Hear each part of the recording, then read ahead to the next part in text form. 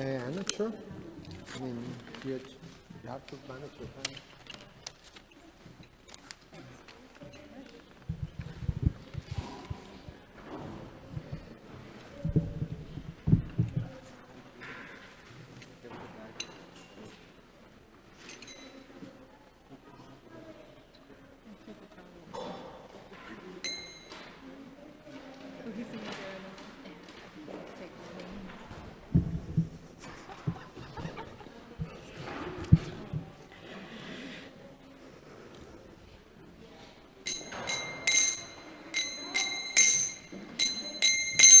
जय राधा माधवा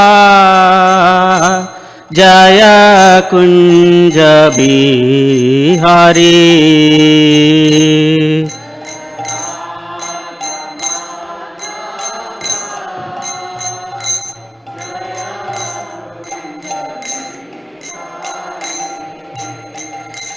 जय राधा माधवा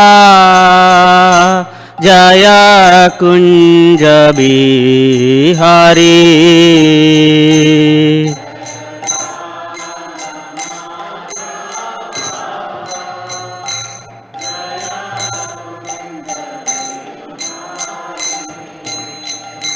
जय गोपी जन वल्लभा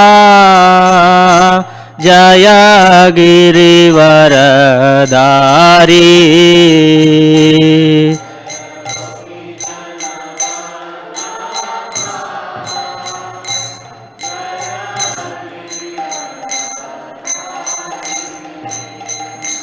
जय गोपी जन वल्लभा जय गिरिवरधारी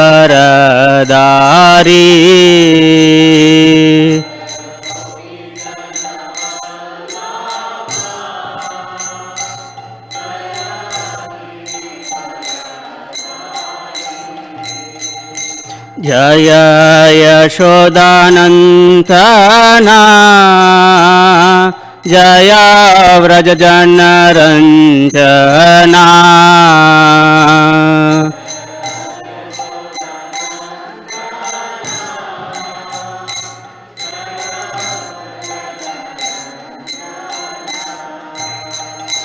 जय यशोदानन्दना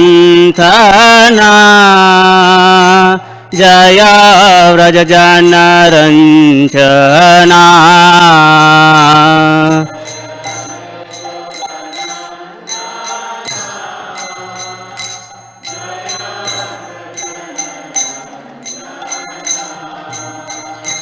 जय यमुनातीरवनचारी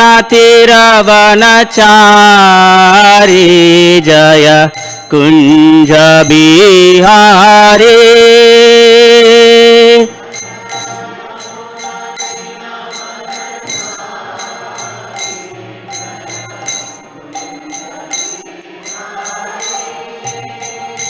जय यमुनातीरवनचारी जय कुंज बिहारी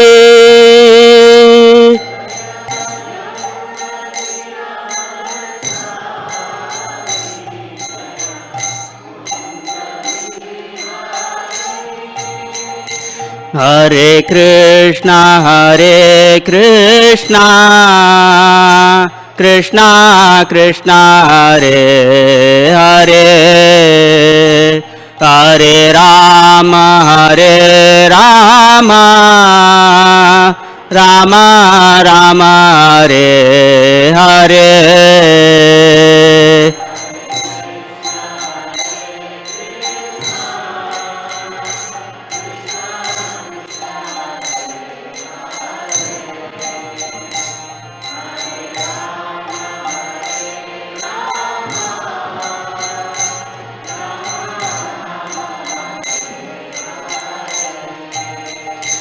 हरे Krishna Krishna Krishna Hare Hare Hare Ram Rama Rama Hare Hare.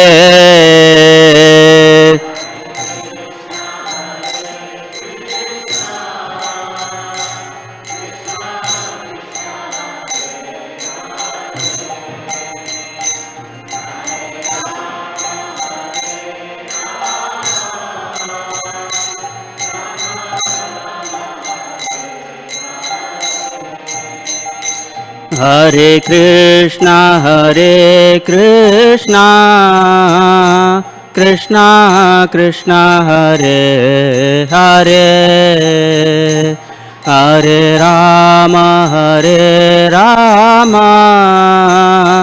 Rama Rama, Hare Hare.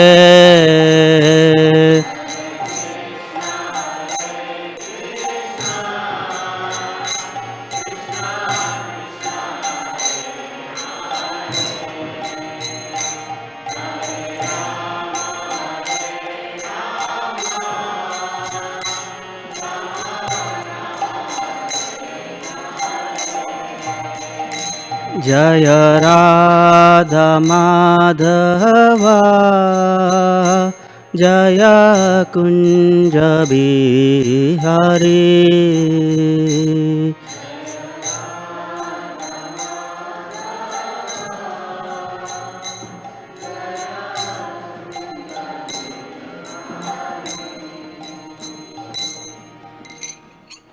जय ओम विष्णुपाद परमहंस परिव्राजकाचार्य अष्टोत्तर सदस्य श्रीमती स्टीवन ग्रेस ऐसी भक्तिवेदांत स्वामी श्री प्रभुपाद की जय, अनंत कोटि वैष्णव वृंद की जय। ओम अज्ञानतिमिरान्धस्य ज्ञानाञ्जनशलाकया चक्षुरुन्मीलितं येन तस्मै श्रीगुरवे नमः। श्रीचैतन्यमनोभीष्टं स्थापितं येन भूतले स्वयं रूपकथा मह्यं तथातीश्वपदान्तिकं। ये कृष्णकरुणा सिन्धो दीनबन्धो जगत्पते गोपेश गोपिका कान्त श्रीराधा कान्त नमोऽस्तुते। तप्तकाञ्चन गौराङ्गी श्रीराधे वृन्दावनेश्वरी वृषभानुसुते देवी प्रणमामि हरिप्रिये। वाञ्छाकल्पतरूपस्य कृपा सिन्धुभ्य एव च पतितानां पावनेभ्यो वैष्णवेभ्यो नमो नमः। जय श्री कृष्ण चैतन्य प्रभु नित्यानंद श्री अद्वैत गदाधर श्रीवासदि गौरभक्त वृंद। हरे कृष्णा कृष्णा कृष्णा हरे हरे, हरे राम राम राम हरे हरे। मूकं करोति वाचालं पंगुं लंघयते गिरिं यत्कृपातमहं वन्दे श्रीगुरुं दीनतारणं। So seeking the blessings of all the assembled Vaishnavas here. So before I start, couple of disclaimers. First one, my journey to remember Krishna just started, so I don't have that much to speak, and I am having trouble remembering Krishna also. So my talk is going to be really short. So I will ask rest of the devotees to continue. It is not really a joke. Serious. Just kidding. This particular topic is, in some sense, very easy.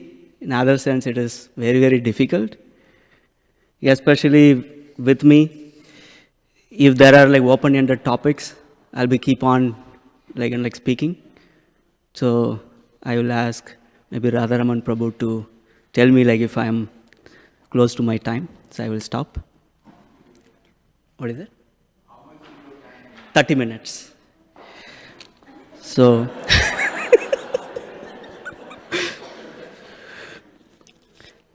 so because the title of the talk is my journey in remembering Krishna who I have forgotten.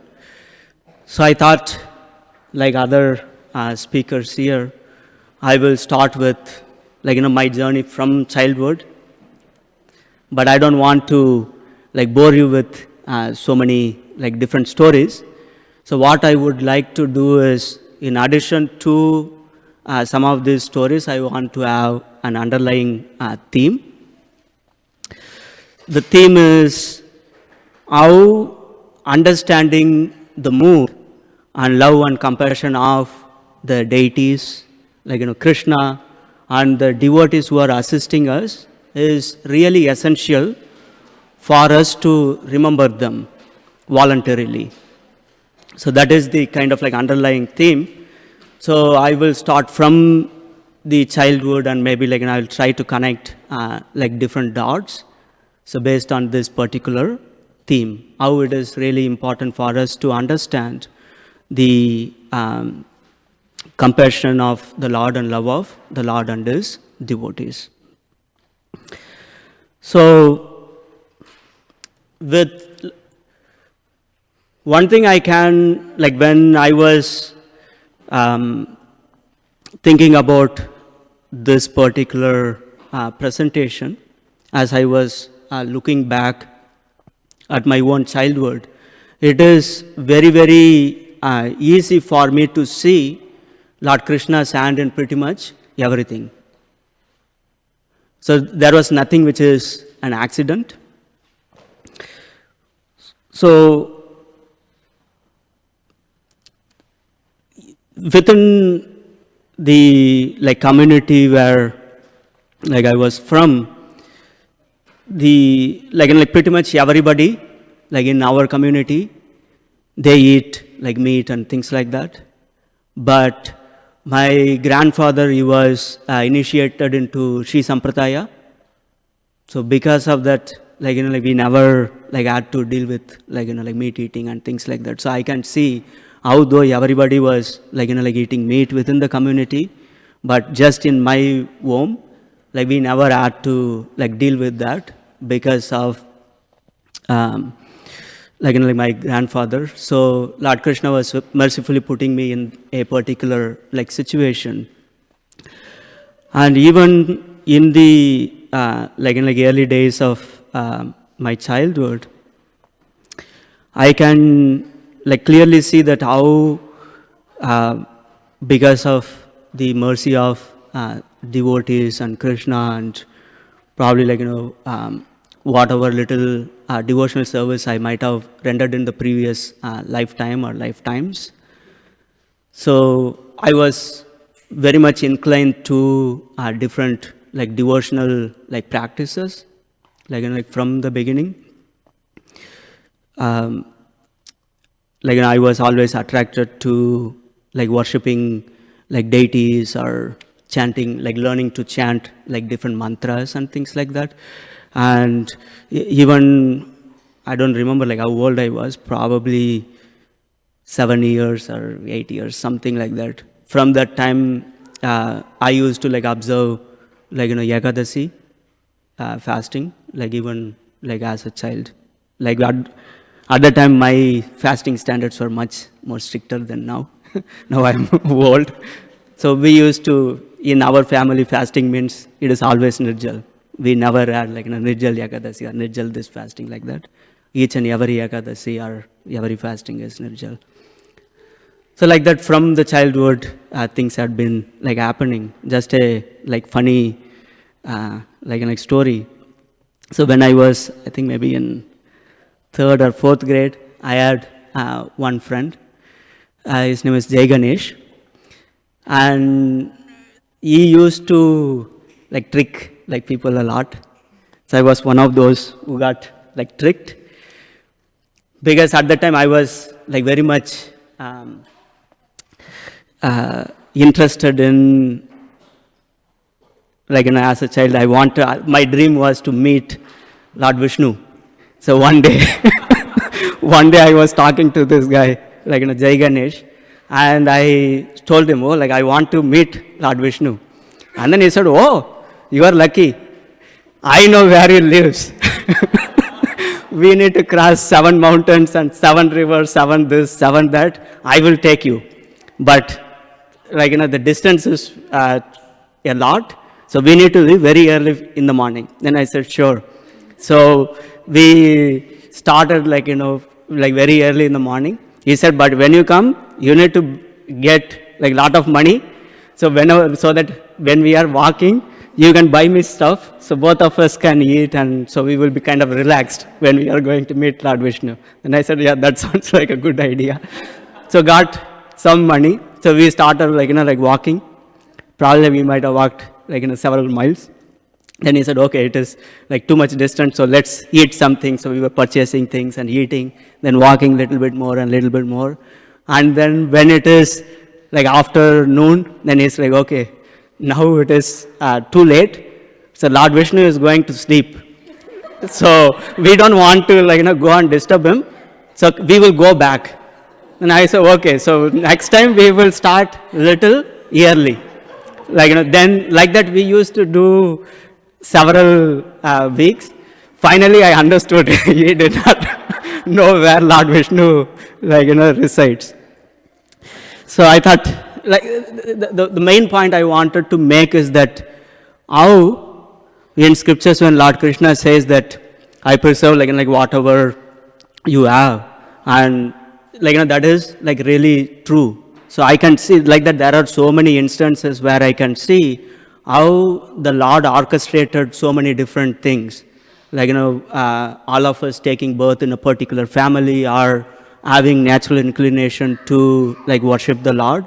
At the time I was not a like devotee, but still I was given an opportunity to take birth in a particular family where practicing devotional services like very like easy. And then even the way like I came to the United States, and like when I look at each and every like aspect, I can clearly see Lord Krishna's like hand. So like after my undergraduation, I gave one entrance exam. I cleared that, and I was supposed to be placed in like one of the like very well reputed institutes in India, but I got admission before I even completed my undergraduate degree. So there was some issue in getting a certificate. Then I said, forget about it. I'm not going to like do that. And then I was preparing for like GRE and TOEFL so that I can come here. But in one sense, I was a little bit inclined to do that. In other sense, I was not that serious.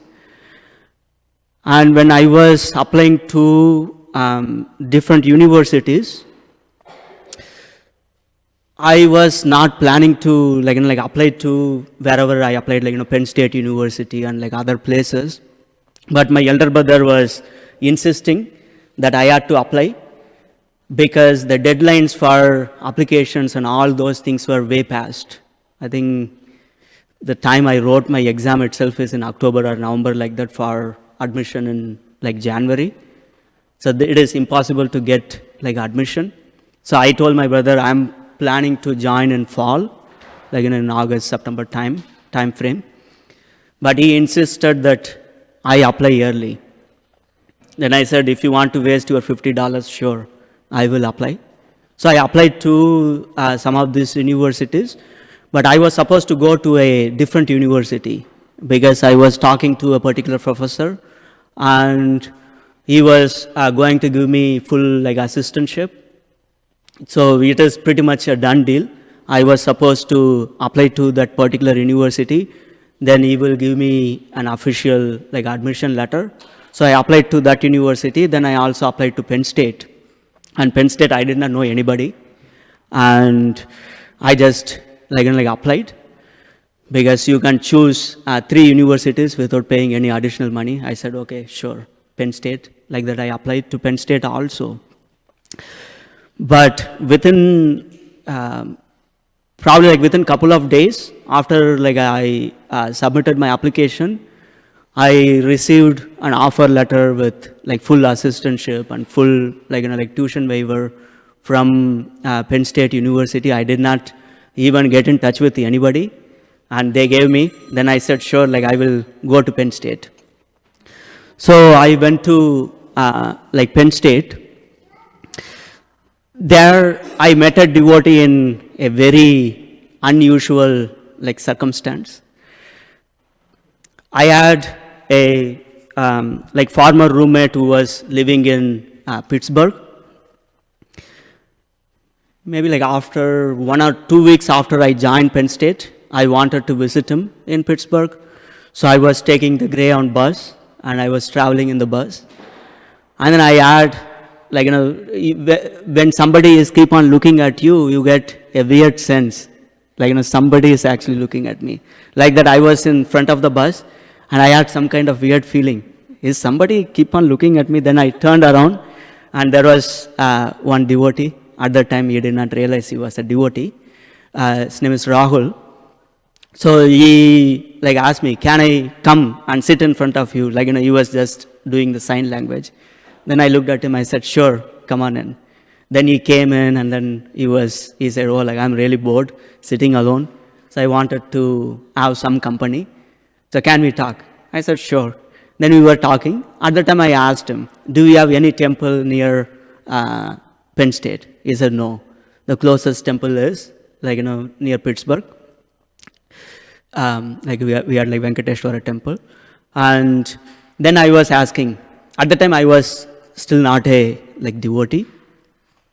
So I asked him whether there is anything else going on at Penn State, any kind of student groups or things like that. At the time he told me that I don't know whether anything like this is happening right now, but I know that my roommate is going to roommate. I don't know whether he had just one roommate or two roommates, but he was telling that they are going to start a student club called Vedic Society. He said, I think he is very religious because he is waking up 4 o'clock in the morning and making a lot of noise and making me wake up in the middle of the night, and he keeps on ringing the bell so early in the morning. He is starting something. Then I said, oh, maybe I need to meet this person. So that's how I got to know that there was some program which is happening or going to happen at Penn State. So I was one of the earliest members of that Vedic Society, which is a student club at Penn State University where devotees were practicing Krishna consciousness. At the time, His Holiness Romapada Swami Maharaj used to come, 3 or 4 times a year. So I know this, all these things happened in January of 2001. So that was when I was introduced to Krishna consciousness. So I know Maharaj from that early 2001 onwards, where he was keep on coming to the Vedic Society and giving his association and training all the devotees. And so that is one part. Then even the way I came to Chicago, because I'm talking about how I came to different places. So let me add this one also. The way I came to Chicago is also very mysterious. So in 2006, I took shelter of Maharaj. Then I think in 2008, fall of 2008, I was doing a postdoctoral fellowship at Alabama A&M University, which is down south in Huntsville, Alabama. Because my postdoctoral fellowship was getting over, I was trying to apply to different places. I was planning to go to Hawaii and that place and this place. It is not, because these places are exotic. That is where they had some openings. I was just keep on applying. Wherever there was some position open, Then I was just randomly applying to those places. So Maharaj, he has a, like in a system, like email system, where he will be writing the name of the devotee, and then within bracket he will put the place where the devotee is from. So before I was initiated, before getting the name Namaruchi Das, my name was Kathiravan Krishnamurti. So Maharaj used to put Kathiravan Krishnamurti within bracket Answal. So I was just applying to, Maharaj told, like, you applied to, you try to come to Chicago also. I said, sure, Maharaj. And there was no position open. I applied to Illinois Institute of Technology, where I'm working right now. I applied, and nobody even bothered to respond because they did not have any opening. I randomly sent emails. Do you have a position? I'm interested in, like working for you. Nobody responded. Then one fine day, Maharaj changed my email address, in the sense, not email address, the, what is it? Yeah, so instead of saying like Kathiravan Krishnamurti Answal, he put Kathiravan Krishnamurti Chicago. And I did not see that. So the same day, I got an inspiration to apply to IIT, the same place I'm working right now. And I sent an email after 5:30 or something like that in the evening. This time I sent an email to one of my graduate classmates, Dr. Nate Anderson.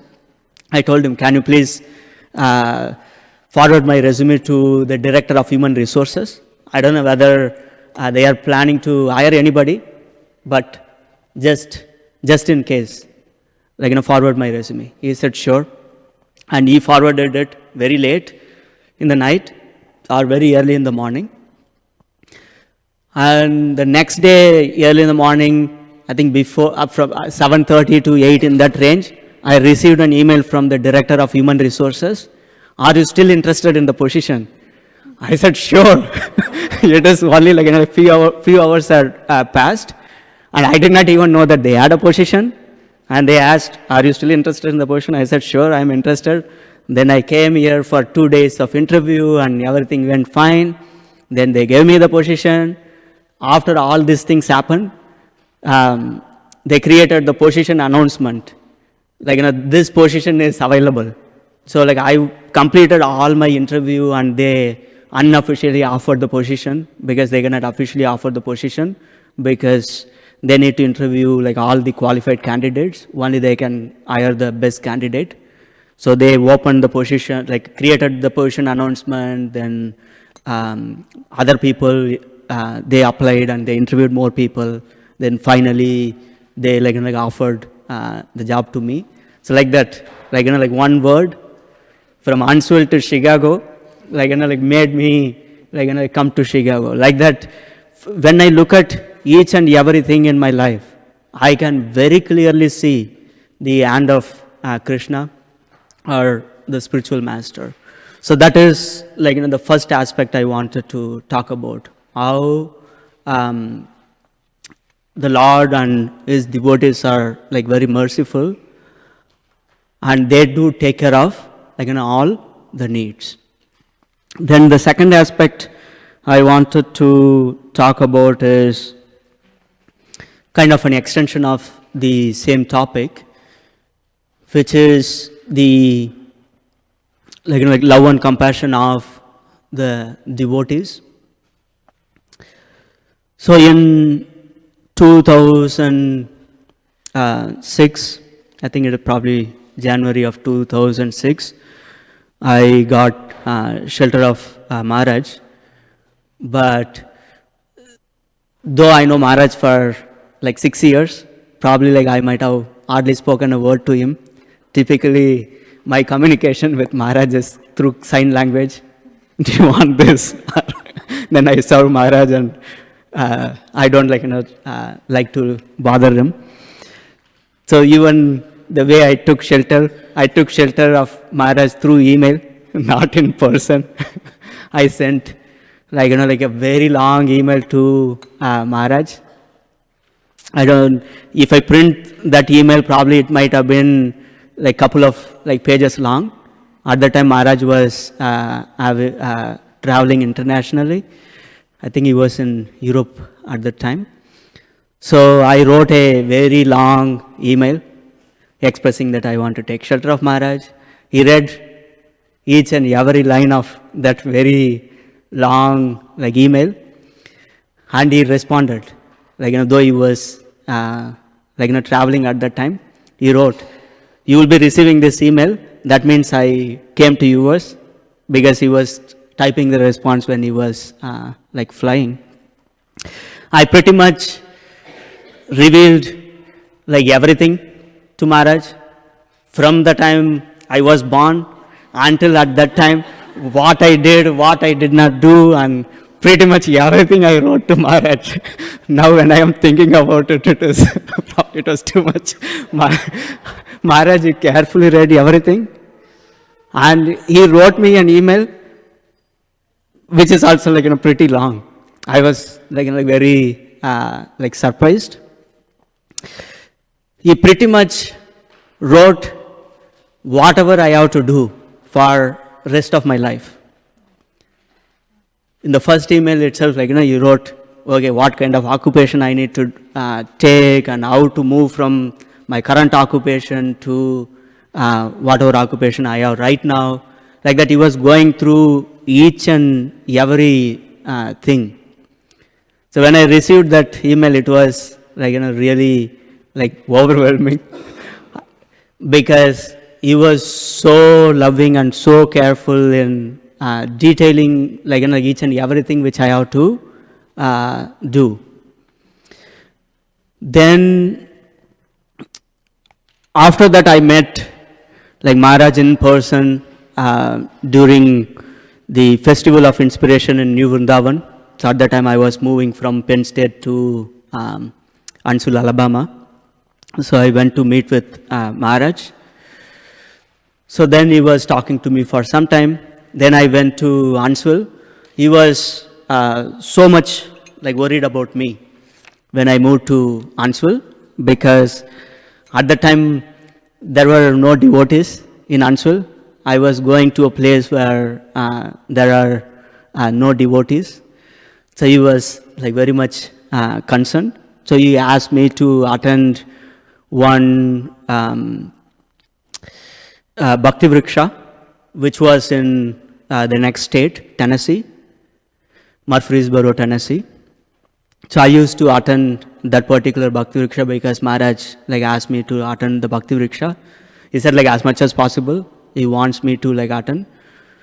So it was, I think like 135 miles. I had to drive 135 miles to get association of devotees for a couple of hours. So when you don't have the opulence of having association with devotees, when we don't have something, then we value that.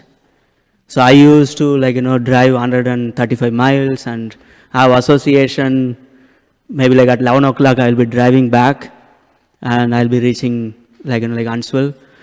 Then at the time I also used to attend the second program, which was in University of Alabama, which is again similar kind of distance, 130 or 140 miles.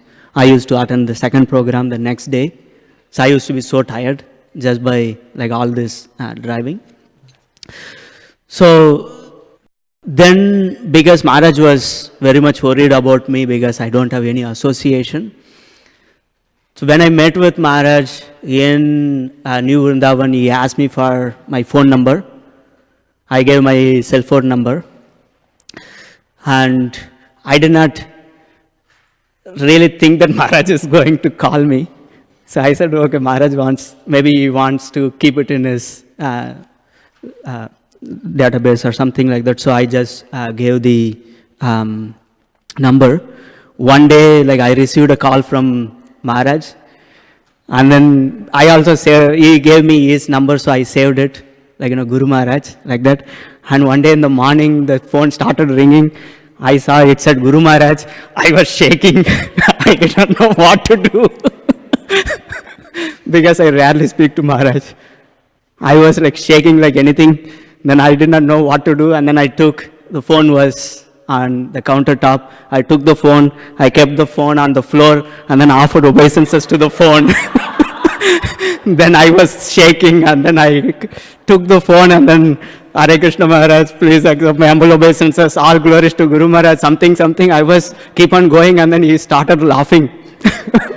Because I did not even know what I was speaking. I was keep on going on.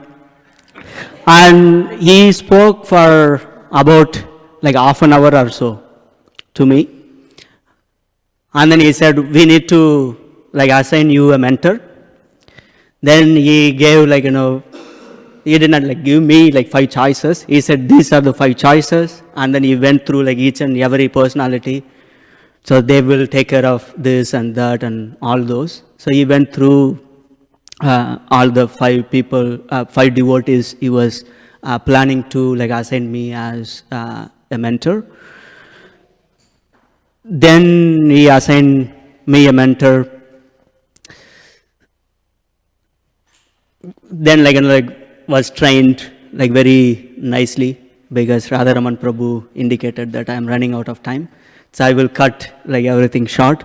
So I assigned the mentor, and the mentor also used to call me so early in the morning, because Maharaj specifically told my mentor that I am really worried about me. He is worried about me because I don't have any association. So he asked my mentor to check on me, and he used to call me every couple of days. He will call me, then I used to become nervous also. when I received calls from my mentor or Maharaj. So he used to call me so early in the morning, like 4 o'clock, 4:30, 5 o'clock, like that he used to call me. He will say, are you awake? And I'll say, yes sir, I'm awake.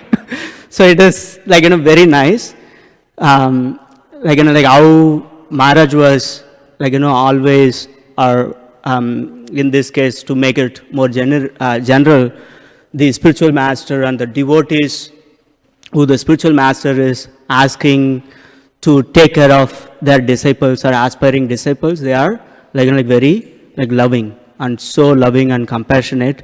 There are so many different details. In the interest of time I will not go into. So that is the second aspect I wanted to talk about. And the final aspect I wanted to talk about is some of the services, because the primary topic is how we remember Krishna. So for me,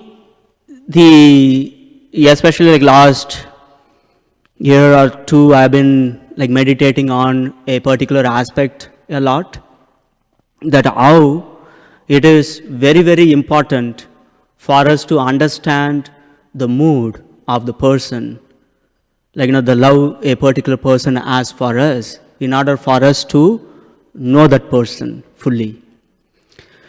So right now, I'm doing some services, though not at all qualified by the mercy of the spiritual master, worshipping the deities on the altar, or assisting devotees in studying Bhakti Sastri, that there are multiple services. Whenever I do these services, one thing which is I'm trying to keep on meditating on is about the compassion and the love of different personalities.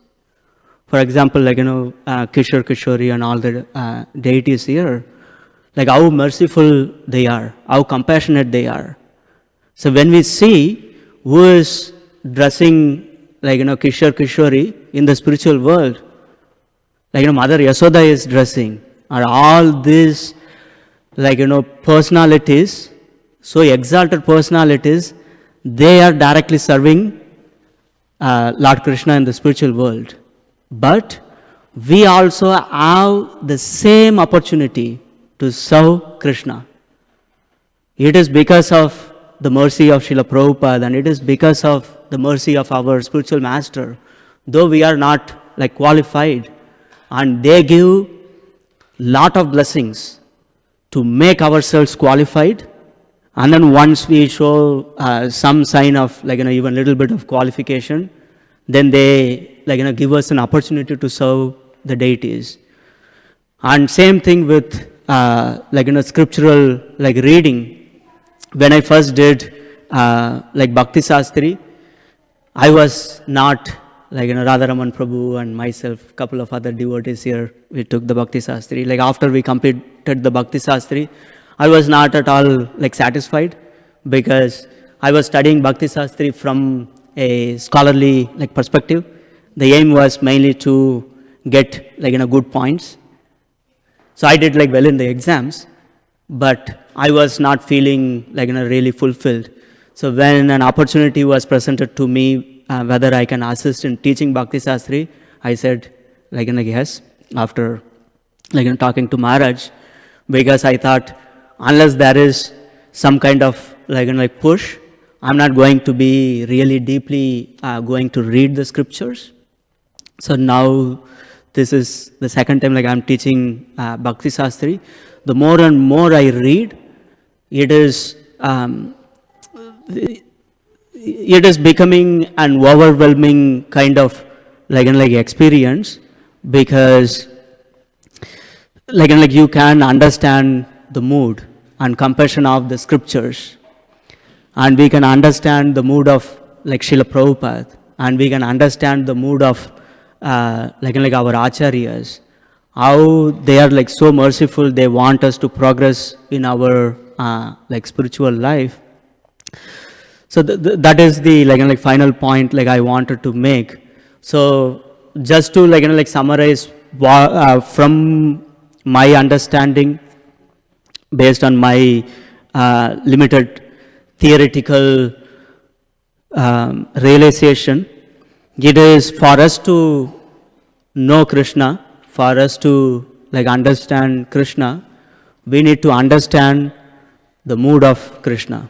We need to understand the love of Krishna. And if each and every one of us are going to be taking a look at our own lives, then we can identify so many different scenarios where Lord Krishna is like reciprocating with us, He is protecting us, and He is providing showering us with lot of His like mercy and love. So that is the point I wanted to leave with. Sorry, I took more time. So there are more things I wanted to say, but we'll stop here. Thank you so much. Hare Krishna. Take my minutes if you. Okay. I'm not really good about talking about myself, so I thought I'll talk about Sweta instead. Okay. But okay, maybe not. So, I mean, I figured I'm not sitting here because I'm really good at remembering Krishna or anything, but I figured Maharaj probably asked because we've been given a lot. I've probably been given so much that I should be remembering Krishna all the time.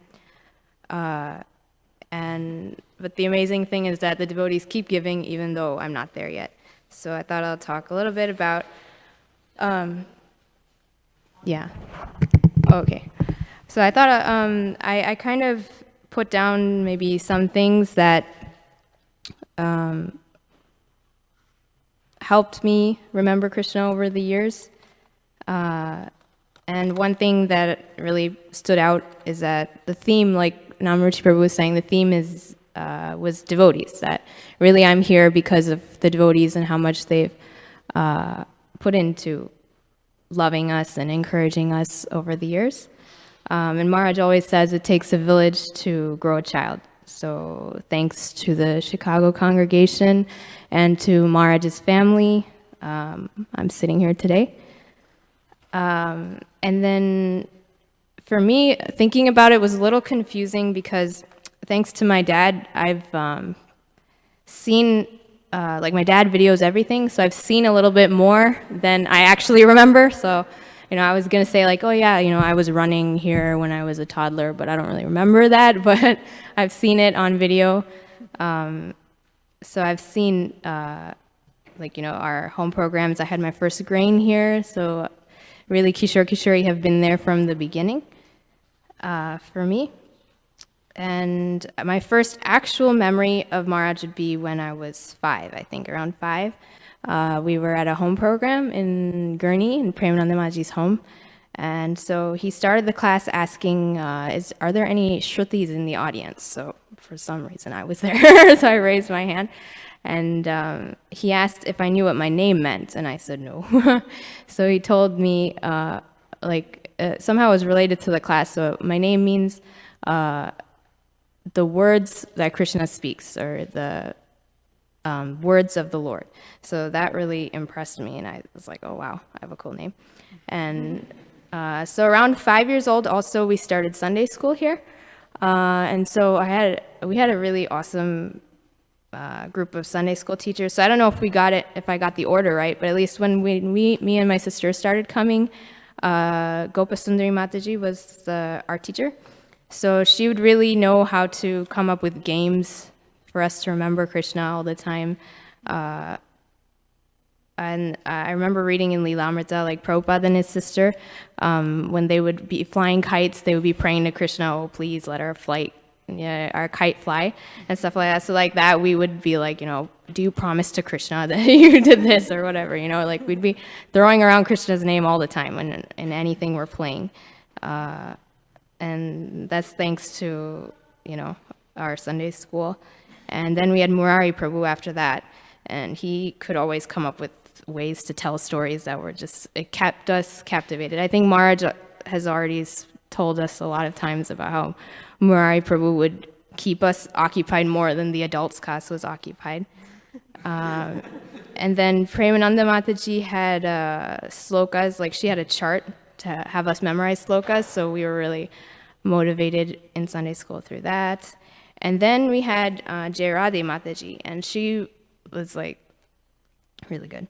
So one thing that she told us when we were younger was that when you chant, Krishna dances on your tongue. So that somehow impressed me, like, oh, when I say Krishna's name, he's, in my mouth chanting. So dancing, sorry. So that impressed me to chant, and also to brush my teeth and keep my mouth clean too. So I remembered Krishna then too. And then we had Ananda Vrindavan Mataji, Jagananda Prabhu, and Hemangi Mataji, Nityam Prabhu. So we had a lot of dramas, so that's a great way to remember Krishna, when you have to memorize what he says in the slokas and things like that. So like even when we read Bhagavatam now, like we'll be thinking about the dramas we did when we were kids. And I was somehow always Vishnu, and Sri Rupa would always be Lakshmi. I don't know how, but yeah, Mukunda was always Krishna. Yeah, so that was great. And, Manasi Gangamaji, Pranatangi Maji, Hemangi Maji really did a good job of dressing us up, so we really looked the part. And we had summer camps, and the great thing was, like, we would remember Krishna, and also, like, it wasn't just always, like, studying books or things like that. Like, I remember during summer camps, Hemangi Maji would be there in our soccer games, too. And it was, like, through everything. Like, the devotees made it such that we could remember Krishna at every time. And that was a lot of fun. Yeah, and then we got a little older. So then we had Soul Connection. So, we got engaged through that, and we had Kirtan. And then we went off to college, so then we had, mentors. And so I was lucky enough to stay with Nityananda Prabhu and Hemangi Maji through my 4 years of college and beyond until I got married. So really growing up, watching them, how they remember Krishna in their daily lives, was amazing. And then they were also taking up their responsibilities here, so watching their journey of taking up different responsibilities was really amazing for me. Yeah, and actually now that I have my own kid, to think about how they were able to embrace so many people while raising a kid is just amazing. Like, I can't think about beyond myself, but they were thinking about, all of us kids and bringing us to their home and doing all those kinds of things while raising little Prahlad. So thanks to him also for sharing his parents with us. So yeah, so we had an amazing, like, unlike Namruchi Prabhu, we were like swimming in association. We had so many devotees, and so I feel very lucky to have that.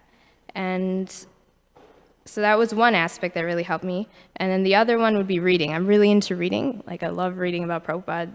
I'm not really philosophical or anything like that, but I love reading stories of Prabhupada's life and how he lived and how he remembered Krishna. And then that helps me too, because then you'll see the same, like, I think Badrinaran Maharaj was saying he'll walk along, he used to walk along Michigan beach here. So then when you go to the beach also, you're like, oh, Prabhupada walked here, and things like that.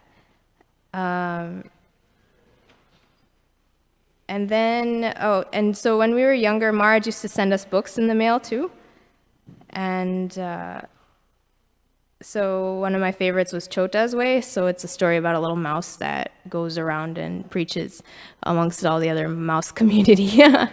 So, and it's really interesting because he, the questions they ask, even though he's a mouse, it was stuff that you would ask. Like, so that was really creative by Satsuru Maharaj. And then another one of my recent favorites is Chasing Rhinos with the Swami by Shamsundar Prabhu. Because I guess the theme is remembering Krishna, so you'll see in their lives how Shamsundar Prabhu says that Krishna was forced to show himself because of his love for Prabhupada. So they would take so many risks for Prabhupada, and Krishna had to come to like save them because he loved Prabhupada so much. And so you'll see amazing things like money falling from the sky, or like the Bhagavad Gita getting published by the I forget the exact name, but things that just you wouldn't expect to happen, but Krishna makes it happen because his love for a pure devotee. So reading really helps me a lot. Then the other thing was, going to holy places. So when we were around when I was in high school, maybe after 10th grade, my mom got inspired to do homeschooling. So for me, it was like, okay, I only have 2 years left of school. Why should I homeschool? But I just went along with it anyway. And it really, that time actually spending around devotees and going to all the holy places really changed a lot of my outlook. At that point, I was barely chanting. It's not a secret. I guess Maharaj kind of is pretty open about the fact that I was not really chanting much. And but going to the holy places and following Maharaj around for 3 weeks, like seeing him all day, really made a difference. And you really felt like Krishna was something real, because hearing from Maharaj in the holy places where Krishna was actually running around, you kind of feel like, oh, I want to be a part of this too. So hearing from Maharaj 3 weeks nonstop. In that year, we went to I think it was Mayapur, the first youth yatra in 2006, followed immediately by Jagannath Puri, and then that Kartik month we went to Vrindavan. So that year was really inspiring for me.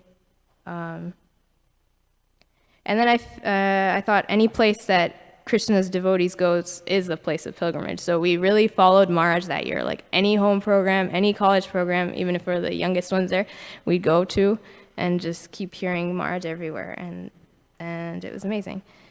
And then Maharaj started the japa retreats. So chanting is not really my strong thing, but since we were young, Maharaj would ask us, like we'd all be in the lobby, and he'd point to each one of us and ask, so how many rounds are you chanting? So my answer was usually sometimes 2, and he knew that was like a lie. It means like, yeah, because you asked, but he just kept encouraging anyway, like gave me other things to do or things to read. And then finally, after those yatras, I decided, okay, I'm just going to chant. And so I started chanting 16 at that time. And I kind of did it. And then at that time, also the japa retreat started. So some things that I liked from the japa retreats, one message that he gave was the Krishna, please accept me message. because I mean, you'd always hear like older devotees say, oh, you know, we've been around for a long time and we've seen people come and go, so many people come and go. So for me, I was like, oh, I don't want to go. So I would always pray to Kishore, you know, please keep me here no matter what happens. So that was something that inspired me to chant a little bit more, like that I didn't want to go from here. And around the same time also, like our group kind of got into kirtan. We were like learning harmonium a lot. Nirantara Prabhu would come to our house, like it seemed like every day, but I think it was like probably just a couple times a week. Somehow he's always going to a store near our house, even if it was the opposite direction, but our house is always on the way, so he'd make a stopover and make us practice. So we were really into learning new tunes, but he would make us practice the same tune again and again. And we'd be like, oh, we know the keys to that, but then he'd say, no, it gets sweeter when you play it again and again. So he would really make us go into the mood of chanting more than just learning a bunch of melodies. So more of the spirit of kirtan, he was encouraging us. So I was grateful for that. And also, after one of the festival high names, Badahari Prabhu,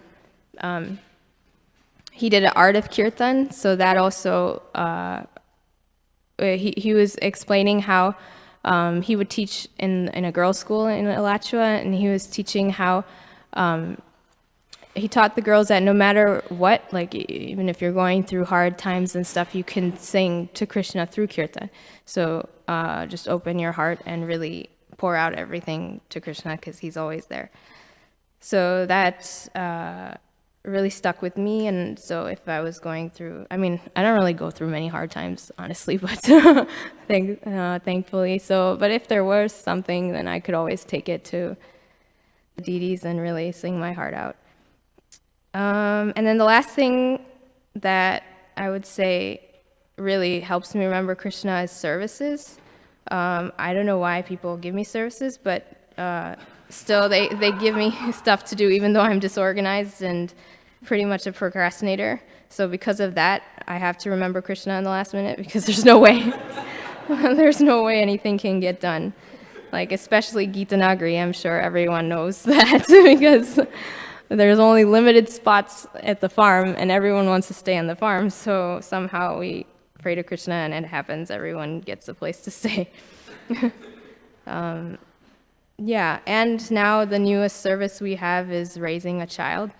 So that gives you lots of opportunities to remember Krishna and give you strength to catch the baby before she pulls something down and things like that. So yeah, so those are just some thoughts on my journey so far.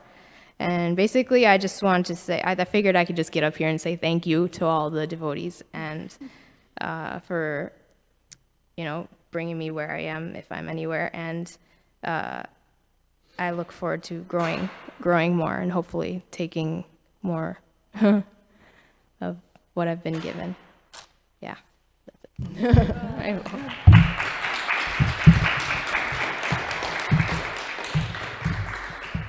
Okay, Hare Krishna.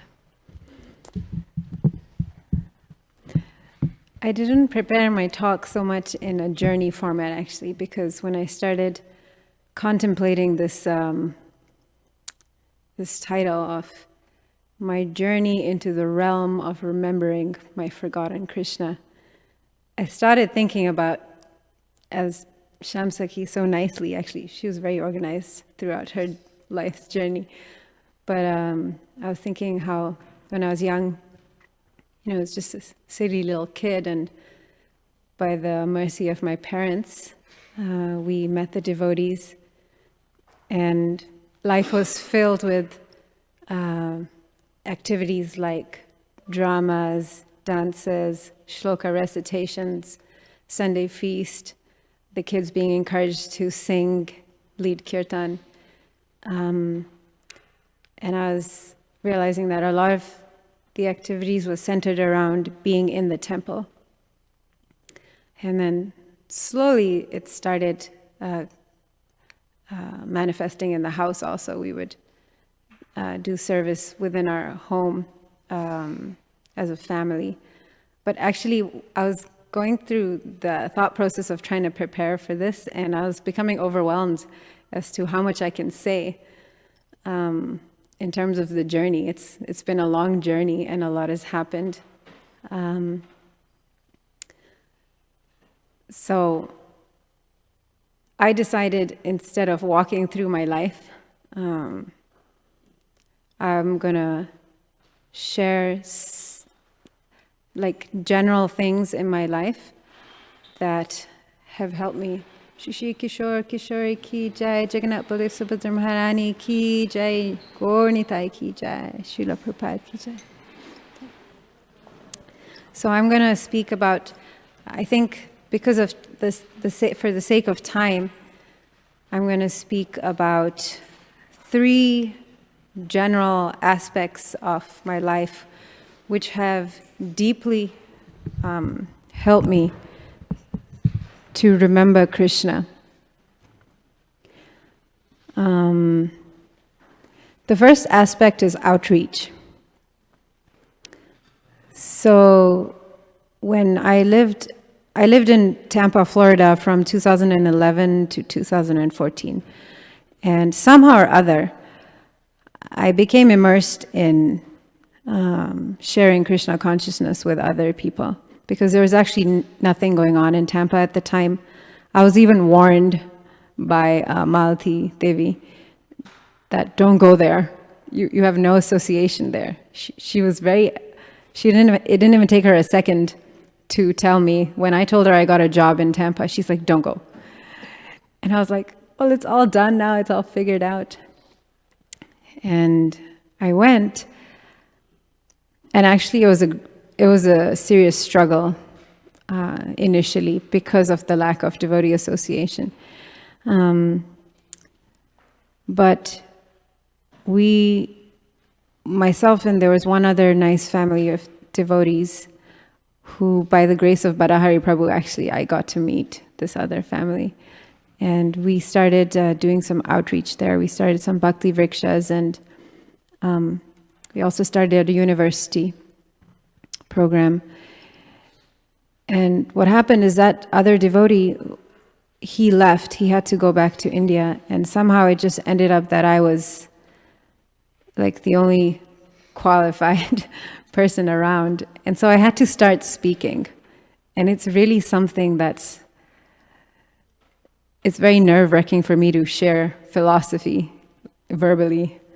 It was also very interesting for me when Maharaj asked me to come here for this service. I was thinking, oh yeah, he'll ask me to do kirtan, and that's fine. And then I saw my name as a panel speaker. I'm like, this doesn't seem right. But the fact that basically the programs wouldn't have continued if I didn't take on the service of speaking, like facilitating the Bhakti Vriksha or the college outreach. And so I was like, okay, well, this just has to be done. And I clearly remember how I became more immersed in hearing about Krishna, more immersed in reading about Krishna, and being thoughtful about the philosophy and how can you deliver this to the different audiences that we were having at that time. It was really an intriguing process.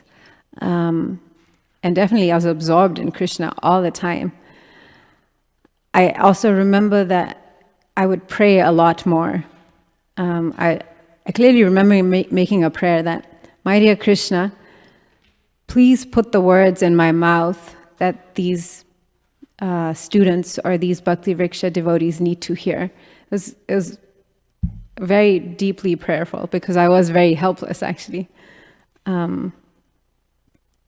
There have been other moments in life where I've stepped out of my comfort zone, and it's made me remember Krishna very deeply and a lot more, and made me more prayerful. Then the next type of outreach that we do, which is really what I live for. I think I don't know what I'd do without Harinam. When we take the kirtan to the streets, it's the most enlivening thing for me personally. And I've grown a lot by doing Harinam. It's actually profound how much, how many realizations you get while being out there, because you see these people who are suffering, terribly suffering, and just entangled in all sorts of things. And first of all, you become very grateful. You're like, Krishna, thank you. Thank Krishna that I'm with the Harinam party.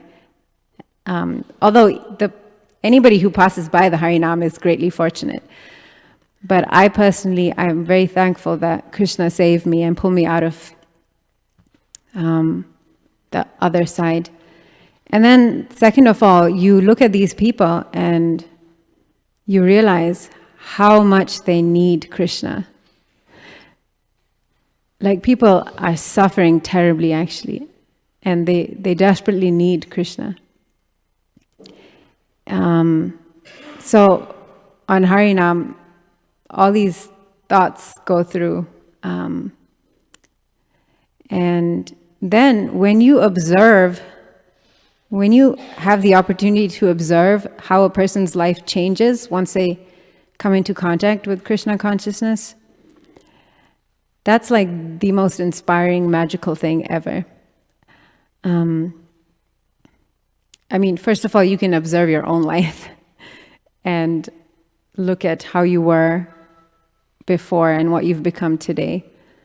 And it's like, how can you not see the Krishna magic working? It's really profound. I've personally known one individual for 7 years.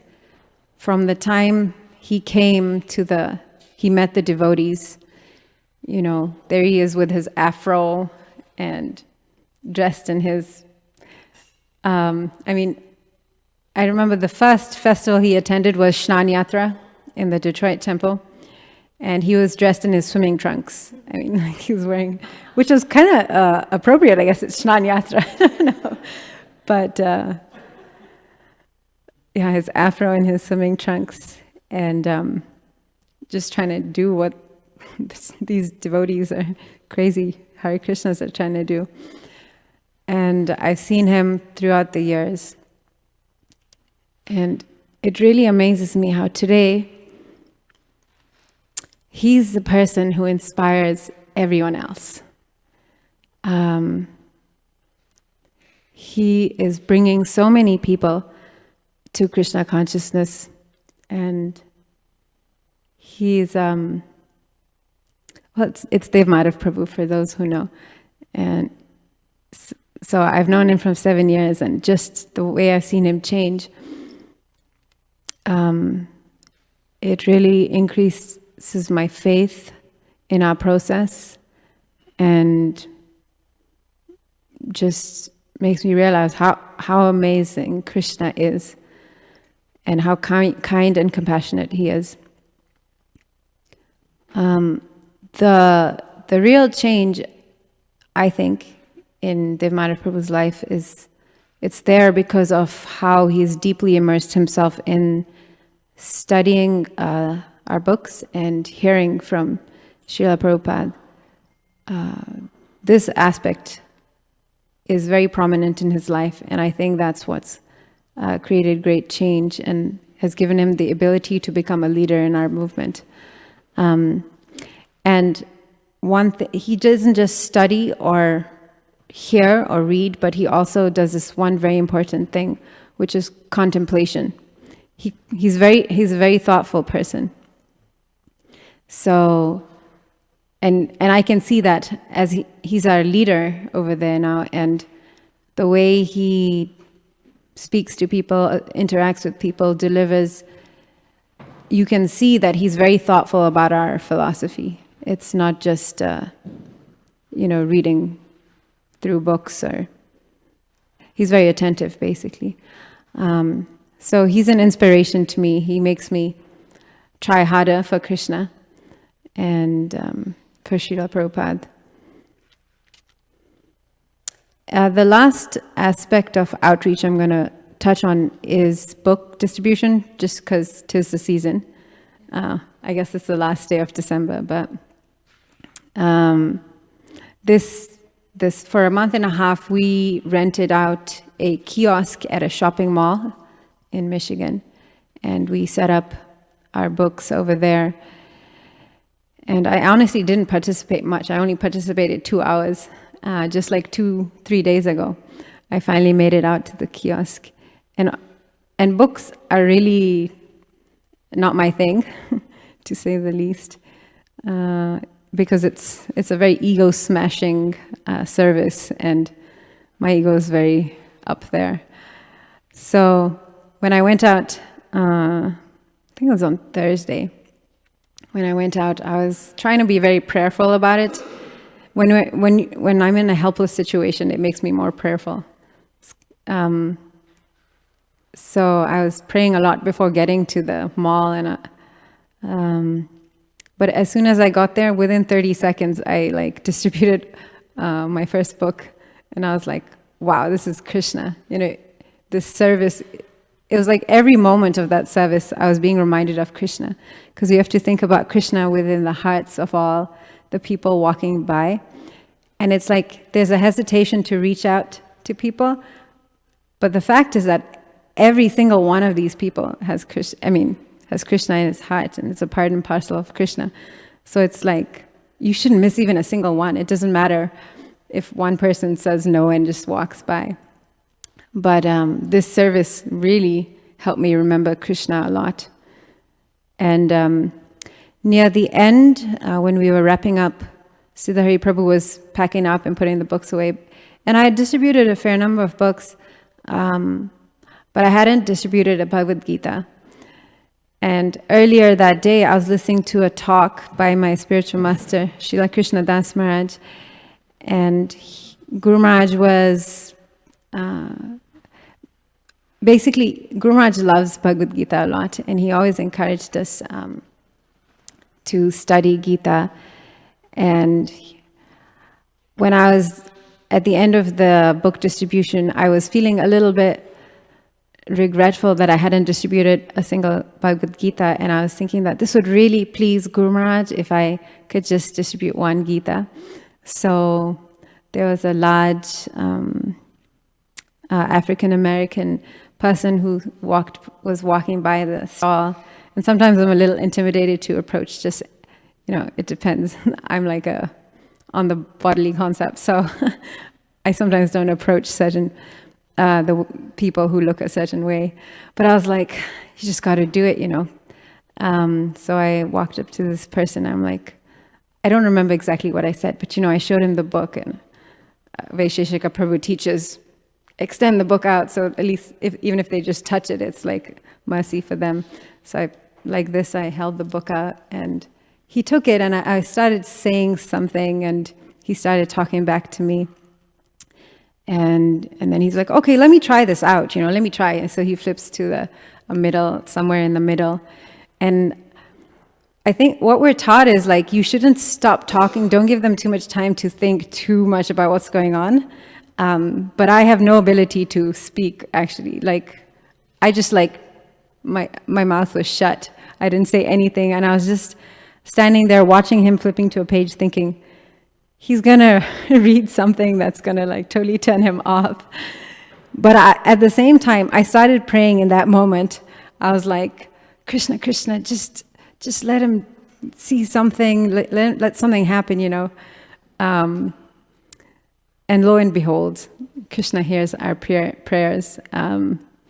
He read that if we don't do sacrifice, then how can we be happy? And somehow or other that struck his heart, and he's like, wow, this is profound. He's like, I want this book. I was like, well, Haribol to that. So it just the process of doing book, that service really helped me, again, to pray to Krishna a lot. And a lot of this goes back to what Namruchi Prabhu started out with, is if we look at different things in our life, we'll see how clearly Krishna is always there. Krishna is the one person who will never ever leave us. Actually, the holy name is like that for me. This is a good time. The third, do I have time still? Okay. The third aspect I wanted to talk about, the third, maybe there'll be four, but if we have time, but the third aspect I wanted to talk about is, actually this is the second aspect. I talked about outreach, and now I want to talk about adversity, actually, difficulties in life. So I've been through, I went through a very difficult phase in life, and at that time, somehow I didn't have an established deep relationship with anybody to like confide in and, take shelter. But I had been chanting japa for many years, and you come to the realization that the holy name is really that one person who will never ever leave you and will always be there for you. You may be in circumstances that you're really kind of left alone. You can't reach out to people. Like literally, I have a friend, you just cannot communicate even. But the holy name is always there in any situation.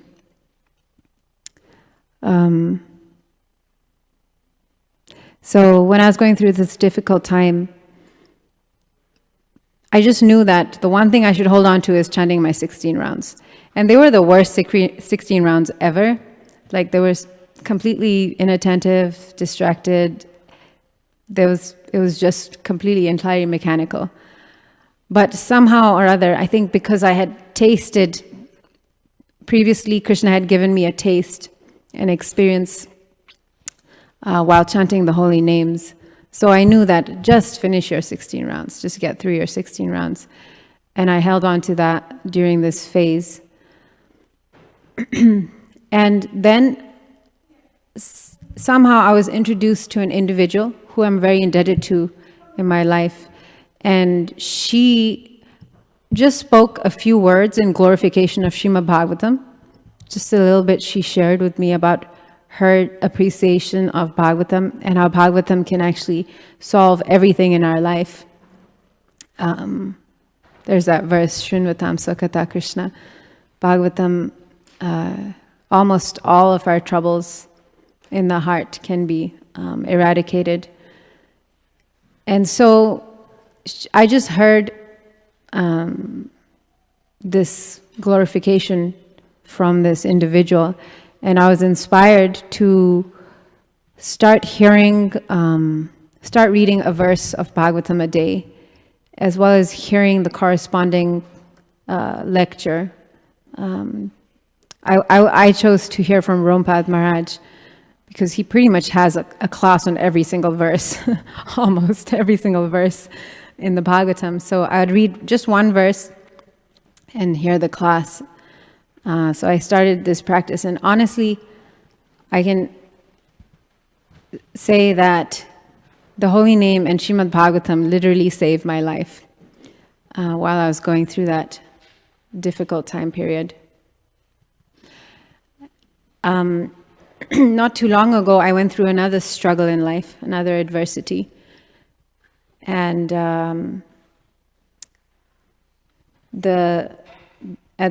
then I had actually developed some relationships with certain individuals.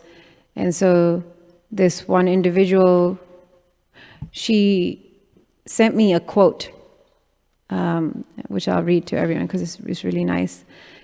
She sent me this quote from the Chaitanya Charitamrita,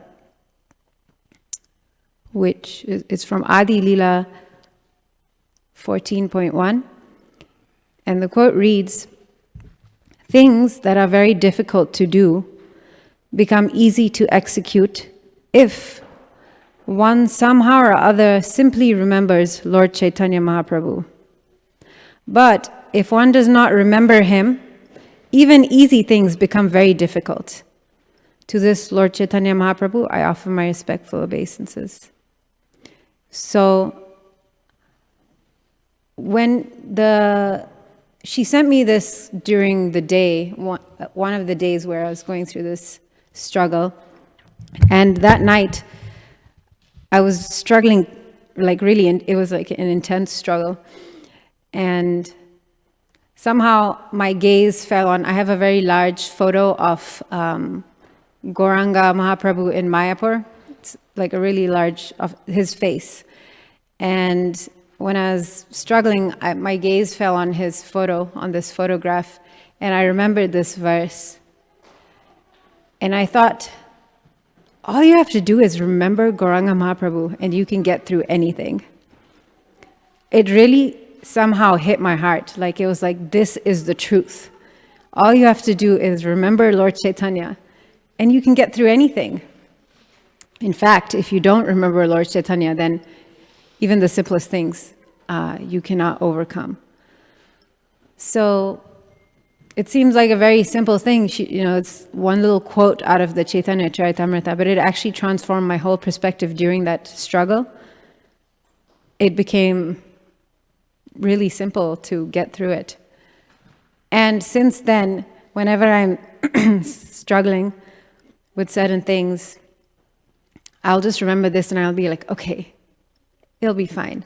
It's kind of like Maharaj was talking today. Actually, Maharaj spoke about this today, right? Always remembering Krishna no matter, even when you're going through difficulties. And near the end of the class, I remember Maharaj saying that, you're gonna be suffering all your life, basically. Like, let's not fool ourselves. There's gonna be stuff that comes up, and it can be all sorts of stuff. But you just have to know that it's Krishna's mercy, and it'll be okay. He said like this, it'll be okay. And so whenever I go through a struggle and think about this quote that just remember Lord Chaitanya, I mean, how hard is it? Krishna is so kind, all we have to do is remember him. And we have so many ways of remembering him, actually. And the final aspect that I want to talk about, it just follows right through from this, is that one of the ways that we can remember Krishna is through relationships. Majority of my life, I've had lots of friends. My relationships have been far and wide, and I know many people, but the relationships were very surface level. They were very, kind of like, they weren't very deep relationships. That was majority of my life. But in recent years, I have developed some very deep relationships, and I've seen the effect that it has on making progress. So even like, actually, if we look at any of these things I've spoken, the stories I've shared, the book distribution, it was inspired by hearing my spiritual master, because I have a deep relationship with my spiritual master. And the adversities, I was able to overcome these adversities because of some input from some relationship I had. So as I have developed certain relationships, and they're very few, just 2 or 3 relationships, but when you go deeper and deeper, these relationships will help you remember Krishna more. And it'll be in ways that nobody's even trying to do that, actually. When you interact, it just comes out. Like, it doesn't have to be directly that the person's telling you, you should remember Krishna or turn to Krishna during this time. It's just when the relationship deepens, I don't even know how to explain this. It's kind of profound, and I'm still figuring it out. But deep relationships most certainly help us remember. And most of the time I turned away from getting deeper into relationships. But if we can develop trusting, loving relationships with the devotees, it can definitely help us to remember Krishna more and more. I'm losing my chain of thought, so I'm going to take shelter of my notes. Not Krishna. Oh, yeah. So when we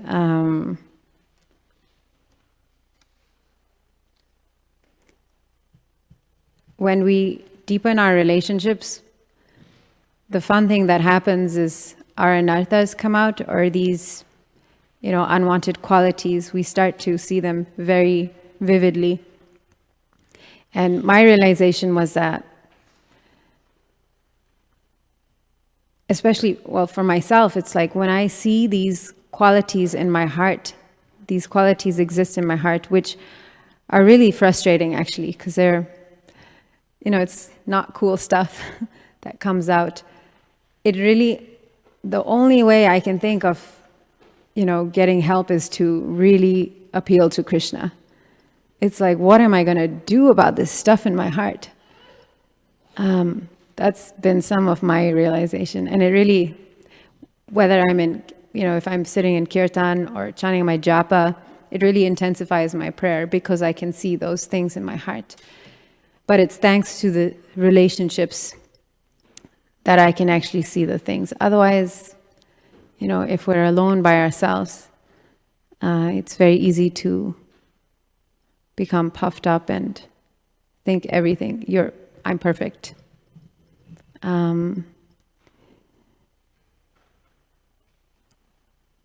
I recently started living in an ashram situation, like communal, so with a number of devotees, and I'm also seeing this relationships aspect playing out very effectively. It's very fun, and it's very, we have loving relationships, but they're also very purifying.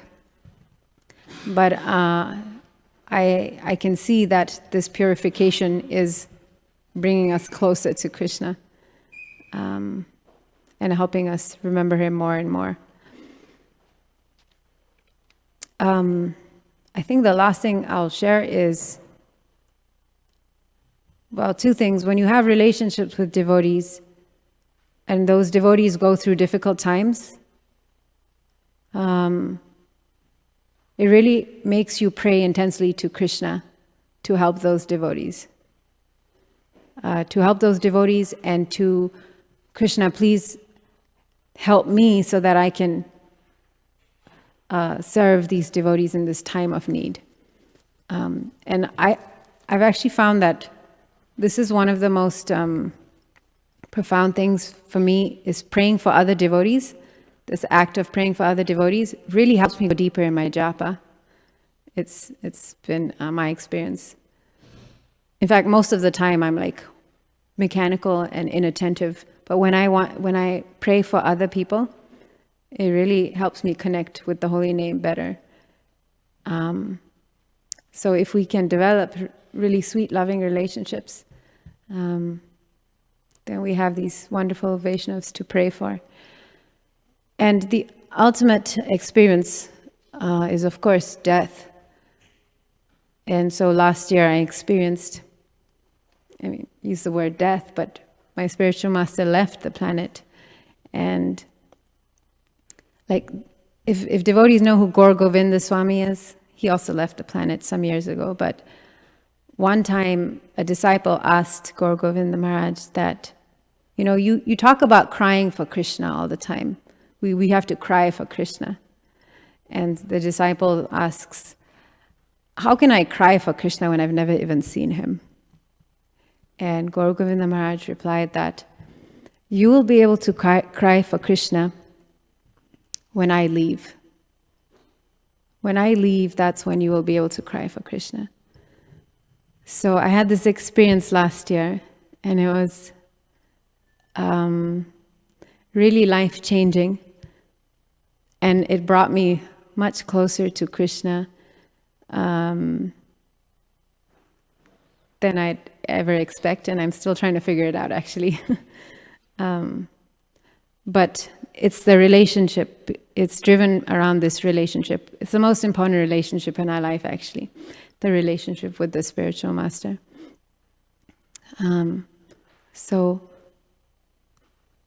I want to try to invest more in relationships as opposed to turning away from them. And actually, Romapada Maharaj, I've heard him many times say that the essence of Krishna consciousness is relationships. I think I'll end there. Sorry, kind of went off. Okay, Hare Krishna. Did I go over time?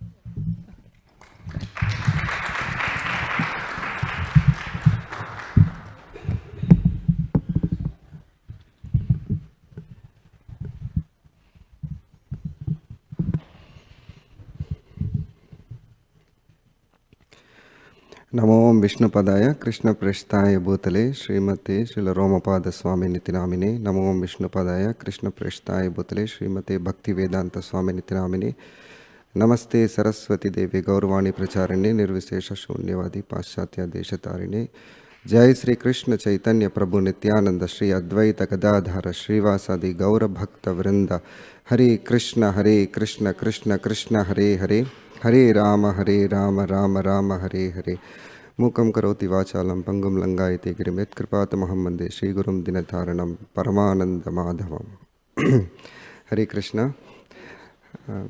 Seek all your blessings before I begin. As one of the organizer of this retreat, I communicate constantly with Maharaj regarding various things, and one of it is the schedule.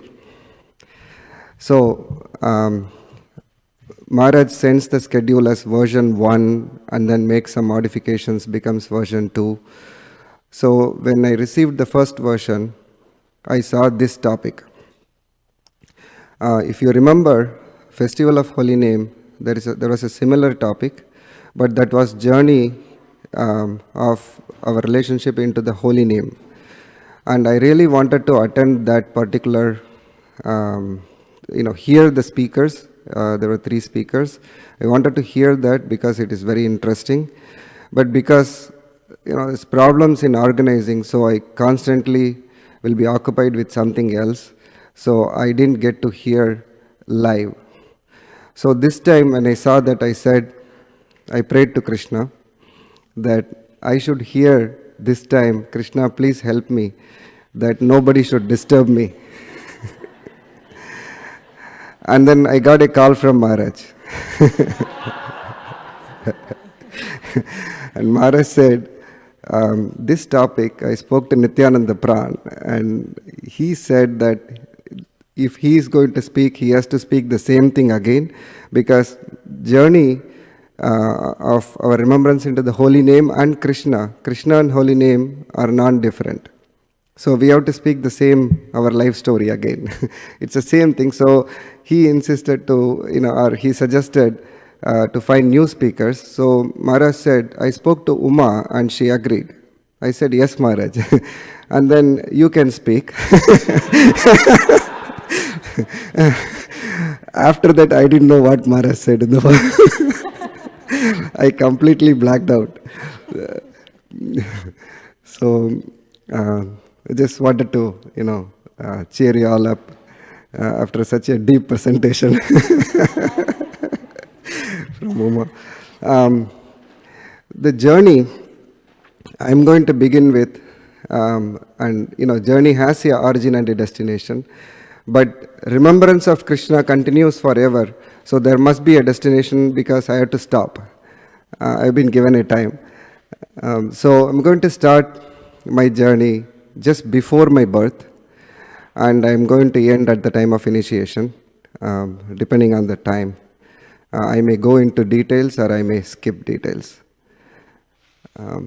So my parents were born in a pious Brahmana family in Tamil Nadu. There was a, we call Maharaj as a sannyasi. In Tamil Nadu, we used to call Swamiji. There was a Swamiji who moved from Kerala, and he was from a Shankara Sampradaya. and he established a mutt in one of the suburbs of Chennai, and he was very famous. So my parents moved into the vicinity of the Swamiji and they started serving him. He established goddess Bhuvaneshwari, and he called that Bhuvaneshwari Peetam. And every morning, my father and mother used to go for the puja or the arti, and then they used to recite Lalita Sahasranamam. And my mother used to cook for the Swamiji every day other than the days that she could not. My parents had 4 sons. That means I have 4 older brothers and I was the 5th. When my mother was pregnant, this Swamiji asked my parents, if you give birth to a son, you already have 4, will you give him to me? Meaning, can I accept him as a disciple and make him the successor of this mutt? So think about it. If you are the parents, what will you do? My parents agreed. They said yes. So fortunately or unfortunately, I was born as a boy. So that is the way I was brought up. I was not allowed to mix with anyone. Even now I have the problem mixing with many people. I was not allowed, and I was brought up in a proper environment. And at the age of 9, a Vedic Pandit, you may say, under the instruction of the Swamiji, came to my house. He used to come every day at 6 o'clock in the morning and teach me Upanishad.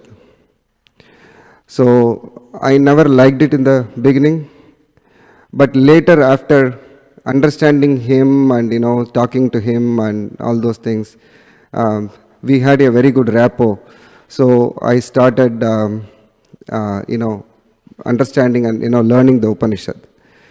The main thing in the Upanishad, it's very high Sanskrit, very difficult, but being from Tamil Nadu, the language Tamil does not have like Sanskrit syllables. Sri Sri Kishore Kishori ki jai, Sri Jagannath Baldev Subhadra Maharani ki jai, Sri Sri Gaur Nitai ki jai, Srila Prabhupada ki jai.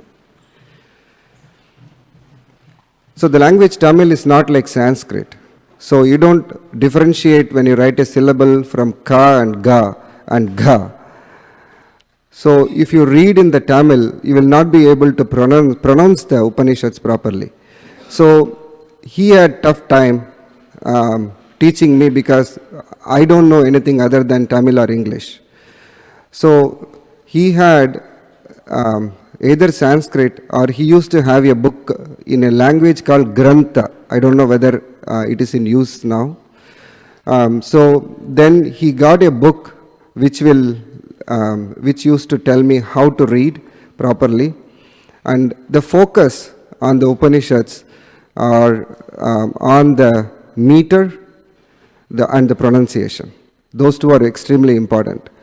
So I learned major portion of Taittiriya Upanishad. Prabhupada quotes a lot of in the purports about Taittiriya Upanishad. So for example, I will say that Prabhupada quotes this: Yato va imani bhutani jayante yena jatani jivanti yat prayante visham vishanti. So the way you should say that in the Upanishad is Yato va imani bhutani jayante yena jatani jivanti yat prayante abhisam vishanti tat vijignyasasva, like that. So there has to be a meter. So at the end of each chapter, there will be a test. He used to give me a test. And in the test, he used to start somewhere from the middle. Like for example, you understand there are 700 shlokas in the Bhagavad Gita. You start somewhere from the middle, one shloka, and from there you have to continue speaking, reciting the shlokas. So he used to continue, start from somewhere, and I have to continue until he says stop. And in that he will see my pronunciation and then the meters, and then first of all I have to memorize all those things, and then he will, give me the marks. So there is one more interesting thing in that which I will say. Like for example, in Bhagavad Gita, if suppose say you all know all the 700 shlokas, and if I come and tell you that, okay, start from this place, Indriyani Indriyartebhyas tasya prajna pratishtita.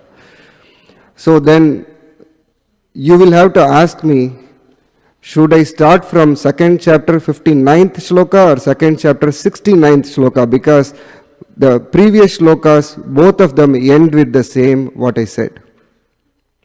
So like that, there are various things in the Upanishad which repeats but starts somewhere else. So when he says, I have to ask him, if I don't remember that, I am finished. So this kind of training I went through. And also there was a harmonium teacher who came to my home and taught me harmonium, how to play harmonium. So I was born like this, I was brought up like this. And I also went to regular school, and slowly, due to the association of the school, I started losing taste in all this. So my father noticed that, and then he wanted to talk to me, and he will call me and he will talk to me and he will say, my dear son, what are you going to do? Are you going to go to college? Why do you have to go to college? To get a good job, to get money, to get married, to get children. All these are, I am telling you, not worth it. You have to understand who you are. That is more important. He used to tell me that. But I used to call my mom, can you please look at my dad, he is bothering me. I don't like all these things. So eventually, I studied, I finished my school, and they also gave up. I went to college, and one interesting, the remembrance of Krishna will happen also when your doubts are cleared. It is very important. You should have faith. So in the course, I will tell you in my journey, like how there are certain doubts that were so strong for me and how it got cleared. So the one aspect, and also the contaminations have to go away. And one of the contaminations I had was hearing to movie music, cinema music. Because I used to play harmonium in the college, I was recruited in the college music troupe.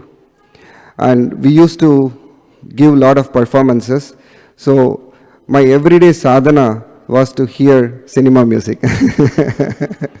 I did that regularly. And we also used to go to the nearby villages where college, and then in order to give pleasure to the villagers, we used to perform this orchestra. Then I got graduated. Nothing big happened after that. This is one significant point I wanted to mention. I got graduated. By then, my brother came to St. Louis. Some of you know my brother. He's still in St. Louis. He came to America and he's in St. Louis. So after I graduated, he insisted that you should go to this place and get this particular software training. Because I did that and I am here now, you will also come here.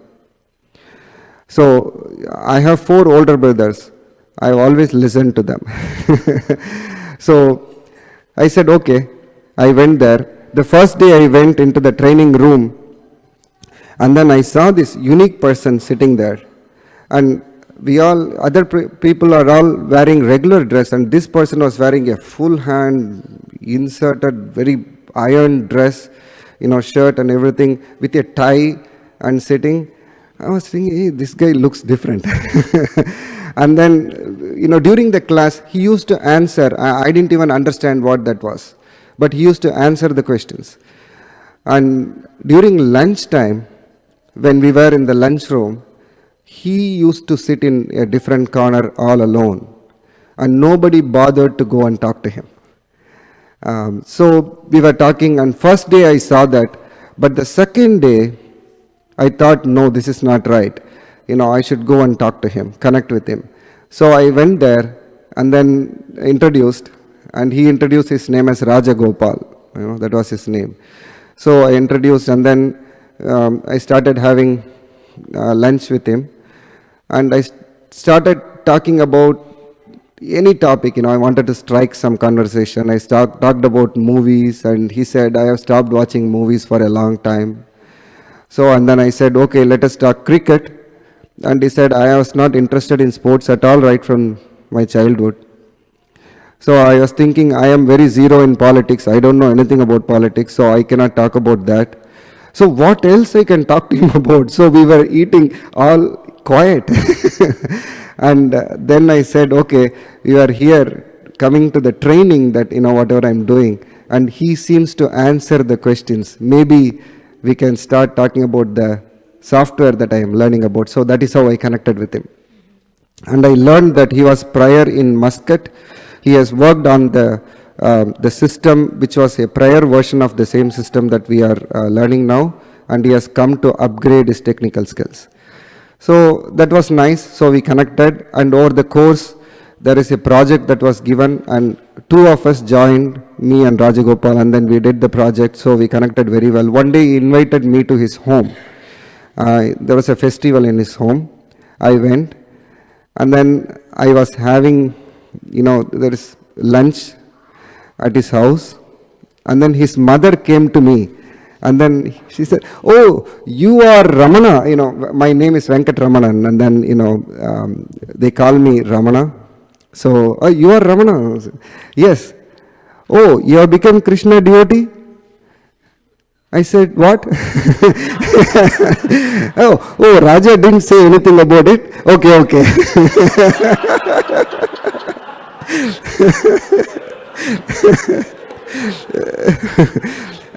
I was thinking, what is happening here? I looked at him. He didn't look at me. He was just eating. I said, okay, whatever that is. So I just quit. And after that, both of us got the job in the same company. We took the training. But he got, because of his prior experience, he got it into the software division. And I was coming out of my college fresh. So they put me in a training division. But in the training division, I used to get a lot of time, so I used to analyze a lot of books and read everything, and then go and talk to him and give him tips on how to do that. He had the experience, he used to do that. That is how we connected. And after some time, he got his visa, and then he said, hey, I have got a consulting job in Enterprise Rent-A-Car in St. Louis. You know anyone there? And I said, oh my God, my brother is in the same company. He's also a consultant. So he said, okay, so after discussion, he came to St. Louis. My brother picked him up, and they shared their apartment, and they lived for like 1.5 years there. So in the meantime, so I never lost touch with him, because whenever my brother called India, I spoke to him for a couple of minutes. And when I got my visa, that was 1995, September, I came here, and the first project I was in North Carolina, but the second one, by the time he went to India and got married, Rajagopal, and then he came, and both of us got the same project in San Francisco, California. So I was so happy meeting him again, and then we went there. We got the same client. So because he was newly married, he took an apartment, I took a different apartment. But he said, you don't cook. You come to my house for breakfast, lunch and dinner. So I said, that's a great deal, no problem. Who will say no to that offer? By the way, I was not a good cook also. So I took that offer. So I went there, and the first weekend or something, he took me to ISKCON temple in Berkeley. That is when I came to the first ISKCON temple. So I looked at the Bhagavad Gita. Really something struck at me that I have to buy this. So I said, I'm going to buy the Bhagavad Gita, and I asked like how much it is. They said $10. You know, everything has inflation, not Bhagavad Gita. The hardbound in 1996 January was $10, and even now it is $10. So I took it, and then, but it didn't look like a temple for me at all, because I'm from a South Indian family, and for me temples are totally different. So I never thought this as a temple. So when he said we will have dinner here, I asked him, are you sure there will not be any meat in it? Because I saw a lot of Americans. That was the level I was. This is coming from my previous contamination of my brought up. So he said, no, they don't even have onion and garlic here. This is purely Krishna Prasadam. Then I said, okay. And then I had the Prasadam. Then I came home, and that is where every breakfast, lunch or dinner, whenever we had time, we started discussing about the Bhagavad Gita. And I thought I knew a lot. But he knew so much. He used to always present a verse, a shloka from Bhagavad Gita, and answer my questions. And I was very impressed, because how much ever agitated I was, so much cool he was. I was very impressed. It was very interesting. Then some of the shlokas he said Srimad Bhagavatam. So I said, oh, Bhagavatam, what is that? So I have heard a lot of people in, where I used to be, coming and reciting Bhagavatam, but they were all professional reciters. So nothing went in. So when he told, everything started going in. I'm sorry, checking my time. So it was very interesting, and that is where I had most of the doubts cleared, but there were two doubts, the major doubts that he could not clear. One was the pronunciation. See, where that is why I told you about, gave you the background of me. The pronunciation, I said, people in ISKCON, the pronunciation is not good. That's not going to help them out. And he said no, but he couldn't present me with a proper logic. And the second thing was, I was not able to accept Lord Chaitanya. I said, Krishna, yes. Where it is said Lord Chaitanya? That time we didn't have internet. There was no internet. So it was difficult for us to search and find out and all those things. He was in Muscat, and he said the place where I used to go as a temple had a huge library. They maintained a library, and there he used to read a lot, and that is where he was answering all these from. So there was no books or anything at that time with us.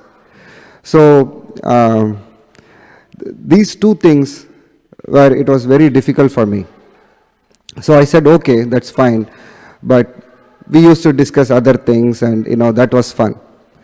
And then unfortunately this project got over in few months. So all my prasadam, whatever I was having, gone. He moved to Dallas, and then I came to Chicago. But the best thing was, he used to communicate with me. At that time, the long distance we used to call costed 10 cents per minute, if you remember, whoever was there. Nowadays, everything is free. But earlier, it used to be like 10 cents per minute. So we had an agreement. You call me one day, I will call you one day, and we'll talk for 1 hour. So we used to talk for 1 hour only about Krishna. And then he used to write letters to me. And in writing the letters, one of the letter struck me so much that he wrote me that what does Krishna want from us? There is nothing that he wants. He has everything. But still, if we offer him some small, whatever food we cook, Krishna accepts it because he accepts our love. So this struck me so much that whatever I cooked, I started offering. And from Dallas temple, he purchased a chanting bag and sent it to me. Shipped it to me. And then he said, okay, chant. I said, I will chant 8 rounds. I started from 8 rounds. And he gave me the address of Chicago temple here. I stayed in Bensonville, in an apartment called Linden Towers. You climb down, there is a train station taking me to Union Station. So every Sunday I used to come there, take another train, come to Rogers Park, walk here, because I didn't know how to drive. I didn't have a car that time. So I used to come here and then go. So I was, coming here every Sunday or most of the Sundays. I used to stand in that place, that near Prabhupada, that is my place. And so after that, that is how I was still chanting 8 rounds. And he came, his project got over in Dallas, and he got a project in Chicago. So I didn't know anything about initiated, nothing, I didn't know about his initiated name or anything. I used to call him Raja Gopal. His initiated name was Radha Gopal. So he came here, and his wife became pregnant. She wanted to go to her, be with her parents during that time. So he sent her there. So he was alone. He said, hey, why am I paying rent, separate? We will be together. So he closed his, ended his lease, and then he came and stayed with me. That was the best time. Also a challenging time. Because he used to wake up at 4 o'clock sharp. Every day, 4 o'clock. And he will go, 4:30, he will exit the bathroom and then wake me up. I said, why are you waking me up at 4:30? But he said, no, this is the best time to chant, So we used to chant. I used to go and then come back, chant, and then I started chanting 16 rounds. We used to cook every meal, Morning we used to cook, pack everything for lunch, go to work, come back, and then evening again he used to cook. Everything fresh offered to Krishna. There is nothing left over. He had such a sense of how much we eat. In 2 days he will know how much I am eating. He will cook exactly that there is nothing left over. It's amazing quality. I don't know how he did that. Every day he will do that. I don't remember anything that we kept in the refrigerator for leftover for the next day. So every day he will do that. And we used to come here to Chicago temple. And I will tell you a few reciprocations of Kishore Kishori, because this helped me so much in connecting with Krishna and remembering him. So the Srimad Bhagavatam that he told me really impressed me. I asked, I want Srimad Bhagavatam. But we were consultants. Anytime our project may end and I have to pack my bags and move. So it is 18 volumes. So he said, it is difficult. It's 18 volumes. So let us see. But in Muscat, I have seen a book, which is only one book of Srimad Bhagavatam, just one volume. But it has all the 10 cantos in it. And it will be printed in a Bible paper. But that I have seen in Muscat. Next time when we go to Kishore Kishori temple, let us see whether we have it. So that Sunday, the first thing when I entered, I left my shoes over there, went into the gift shop. And then I asked the gift store, there is a 1-volume edition of Srimad Bhagavatam, 1 to 10 cantos, complete. And he said, I have never heard of it. I don't know anything about it. I was really so enthusiastic, I really wanted it, but it didn't happen. So I was so dejected. I said, okay. And then I prayed to Kishore Kishori. I said, I really needed this, Kishore Kishori. So please help me. And then the program ended. I went downstairs for Prasadam. That time Prasadam was downstairs. So downstairs Prasadam. And then after finishing the Prasadam, I came upstairs. There was one Prabhu who opened the door from outside, came straight. I was standing in front of the gift store. He came straight to me and he spoke to me so softly. And he said, Prabhu, I am in need of some help. I need some money.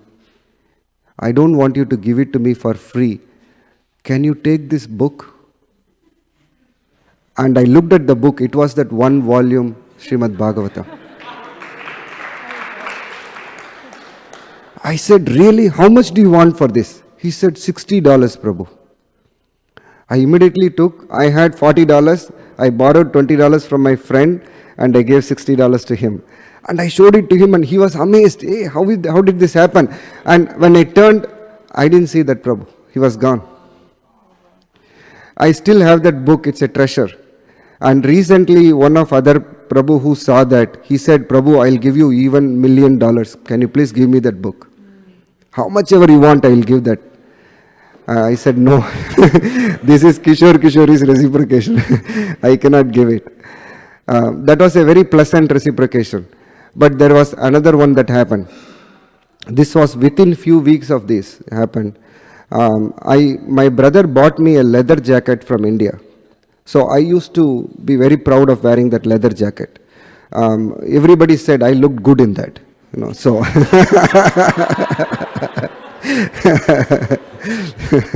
so I was really proud of it. And I came to Kishori. At that time we used to hang the jackets over there where we leave our shoes. And I hung it there, came, attended the program, had prasadam, went there. It was not there. I was frantically searching for it.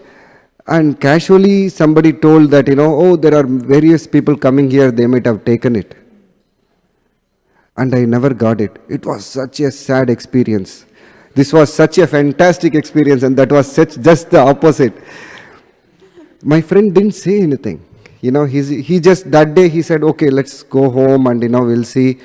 And then he came with me to Burlington Coat Factory and then bought me a regular, not a leather jacket and everything. But then he told me that, you know what, leather is not good. Lot of karma. So whatever Krishna did, he showed his mercy on you. So it is good. Then after a couple of days I was okay. I came to understand that yes, Krishna really did show his favor on me by taking it away. He showed his favor by giving something. He showed his favor by taking something, which is good. And I have only 7 more minutes, so I'll go faster. So then he started the first Bhakti Vriksha by the instruction of His Holiness Romapada Swami Maharaj in Chicago. So one day his wife told me, he will not share many things with me, but his wife will share everything. So, but I will not share with him that his wife shared that with me. So, she told me that, Maharaj has asked to start a Bhakti Vriksha. I said, who is Maharaj? So I didn't know the term Maharaj. So then she explained that he's a Swamiji, he's a renunciate, and then, he is so and so and all those things. And then what is Bhakti Vriksha then? It is study of the Bhagavad Gita. So don't worry, we will come. He was in Des Plaines, I was in Wheeling, after she came from India basically. So he said, I'll come and pick you up, it's on the way, and we will go to Palatine to Stoka Krishna Prabhu's house. Suresh Katar then. So that is where we went. Very interesting, and that is the Bhakti Vriksha where Prema Tarangani Mataji and Sachikumar Prabhu were there. Stoka Krishna Prabhu. There was another family called Vijay and Rosina. Very interesting family. We used to have this Bhakti Vriksha. In Bhakti Vriksha, we used to have sloka recitation. He was very strict. Not even, one translation word should be here and there, he will say wrong. This time shloka we have to recite this. Next time, we will memorize that by repeating. Next time we have to say without saying. So I still remember, never was there a time when I did not exist, nor you, nor all these kings, nor in the future shall any of us cease to be. So I remember all the translations because for me getting the shloka, Sanskrit was not a problem, English was not a problem. And this Vijay Prabhu, he moved to India, I think. I didn't see him after that. This Vijay Prabhu was so intelligent that he will say, I will go last. So by the time we all say, just by hearing he will memorize. Amazing quality. He used to say. And, the Bhakti Vrikshas were nice, but I told him, I will not speak much. I am kind of a shy customer and, I'll not speak much. He said, all right, you just come and sit. Not a problem. So, so many stories about the Bhakti Vriksha, but I wanted to say that Krishna revealed to me the answer to the first doubt about the pronunciation. Because of time, I will end here. I'll say some more things on the end. So in Vishnu Purana, this shloka was brought to me, and it was amazing that it came when I was reading something. I read, it's in Chaitanya Charitamrita, I think. It says, Murkho vadati Vishnaya, Dhiro vadati Vishnave, Ubayo rapi samam punyam, bhavagrahi janardhana. It says, when we put tilak, right? Keshavaya namaha, Narayanaya namaha, Madhavaya namaha, Govindaya namaha, then it's not Vishnaya namaha, it's Vishnave namaha, right? So Murkho, one who does not know, he chants improper grammar. He chants Vishnaya, Narayanaya, Madhavaya, Vishnaya. But actually it is not Vishnaya, it is Vishnave. Dhiro vadati Vishnave. A learned person chants properly. Ubayor api samam punyam. Both, Ubhaya means both of them chant differently, but they get the same benefit because bhavagrahi janardhana. Krishna does not see how you pronounce. Krishna sees your heart. Wow, that was so nice. So I saw that so much load from my heart went down. Otherwise, this was bothering me. Why are they not chanting properly? Why are they not pronouncing properly? And then Rupa Goswami in his Padyavali also have mentioned a wonderful verse, which if I have time I will mention at the end, which is very inspiring. But I will just move forward because of the time. And then Chaitanya Mahaprabhu, very important for our Sampradaya, but I couldn't take him. I said, I can understand Krishna, but not Chaitanya Mahaprabhu. So my friend asked me to study Chaitanya Charitamrita. Maybe, that will help you. It really helped me. When I read that, various shlokas just went through my heart like Rama's arrows. And one of the shloka I just still remember. Ami vridha jaratura likite kon paye kore mone kichu smarane na hoy na dekhiye nayane na suniye shravane tabu likhiye bhada vishmay. So here Krishnadas Kaviraj Goswami, he is the one who wrote Chaitanya Charitamrita. He says, Ami vridha jaratura. I have already, my age is 95, I have become so old. I can't, mane kichu smarane na hoy. I am not able to remember anything. They have been given the service to write about the pastimes of Chaitanya Mahaprabhu. And at this time I am not able to remember anything. Na dekhiye nayane, I am not able to see. Na suniye shravane, I am not able to hear anything. Likite kon paye kore, my hands are shivering. When you get very old, you cannot, your hands are shivering. And he says, my hands are shivering, kon paye kare. Tabu likhi ye bada vismay. Still I am writing. He says, ye bada vismay. This is great wonder. And I said, how come this is happening? This is because of Chaitanya Mahaprabhu's mercy. There is no other way. Because he is writing about Chaitanya Mahaprabhu. There is no way. And why does he want to write at this age? So like this, there are various shlokas that just convince me of Chaitanya Mahaprabhu. And then once Maharaj came to the Bhakti Vriksha, and that is when I saw Maharaj. But I kept a low profile. I didn't talk to him. Then few years passed. I got married and I took a break because my friend suggested that, your wife is new. If you are into this, she may not like it. So you have to bring her along with you.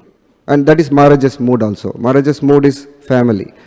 So I took a break and then slowly I didn't do anything with her. She actually accepted everything so fast, wonderfully. And again we came back, and that was the gap when Nityananda Pran Prabhu, Hemangi Mataji, everybody came in. And so I lost touch with them, and then I got touch back after that. So then Again, we started attending Maharaj programs and everything.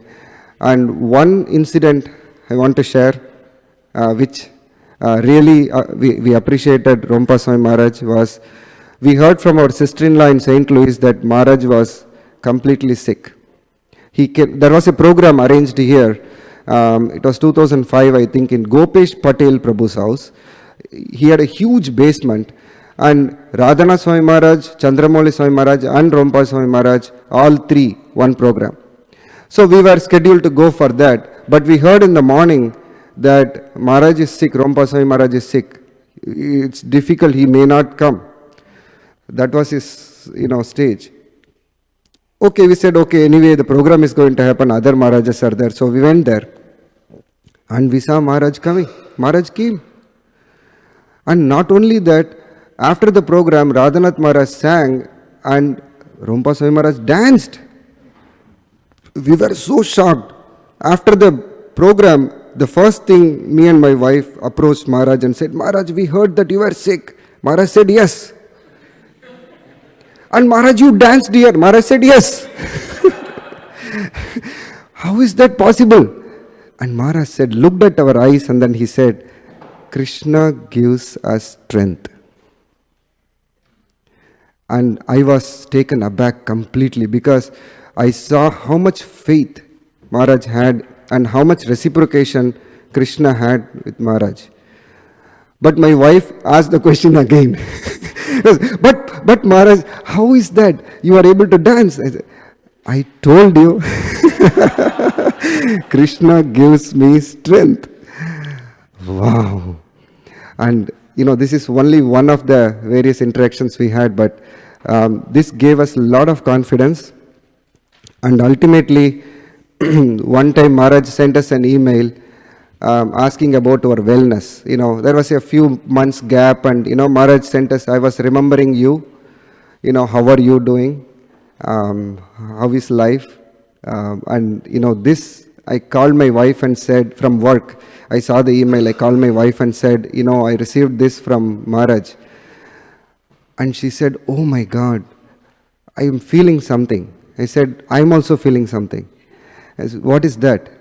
I asked her first. She said, we want to take shelter of Romapada Swami Maharaj. I said, same feeling. Same here.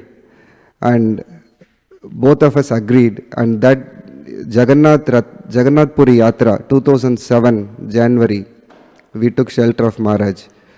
And then 2008, we got initiated. So much after that.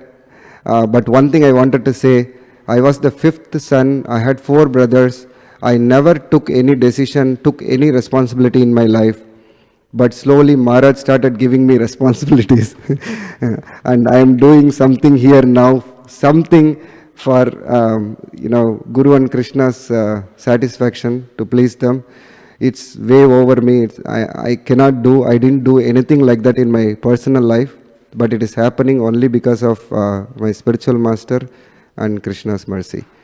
So I'll end with that shloka that Rupa Goswami says that in Padyavali, which gave me another lot of confidence in this particular pronunciation, is Vyadyasya charanam dhruvaschavayo vidya gajendrasya ka kubjaya kim munama rupamadikam kim tat sudam no dhanam vamshah ko vidurasya yadavapatir ugrasya kim paurusham bhaktya tushyati kevalam nacha gunair bhakti priyo madhava.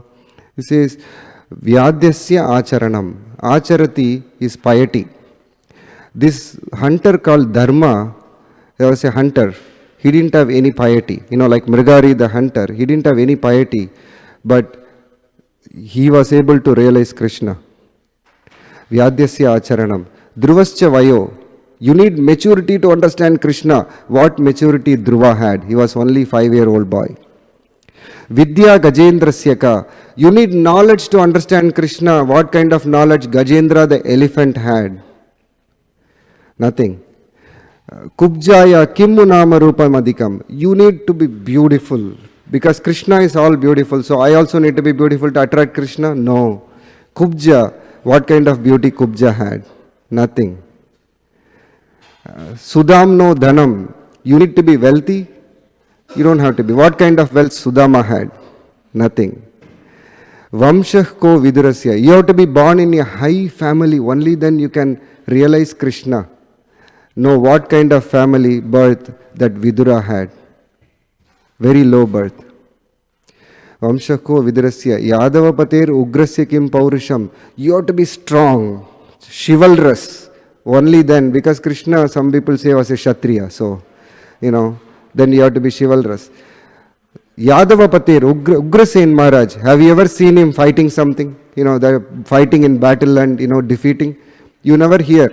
Krishna and Balram goes, defeats everybody and comes and reports to him. We finished everything. You don't have to worry. Ugrasya kim paurisham. But then what is needed? Bhaktya tushyati kevalam. Nacha gunair. Not any of these qualities Krishna sees. Only bhakti. Only our heart. Only love. So these two shlokas really put me in the front. I said, okay, from now onwards, I should see only the heart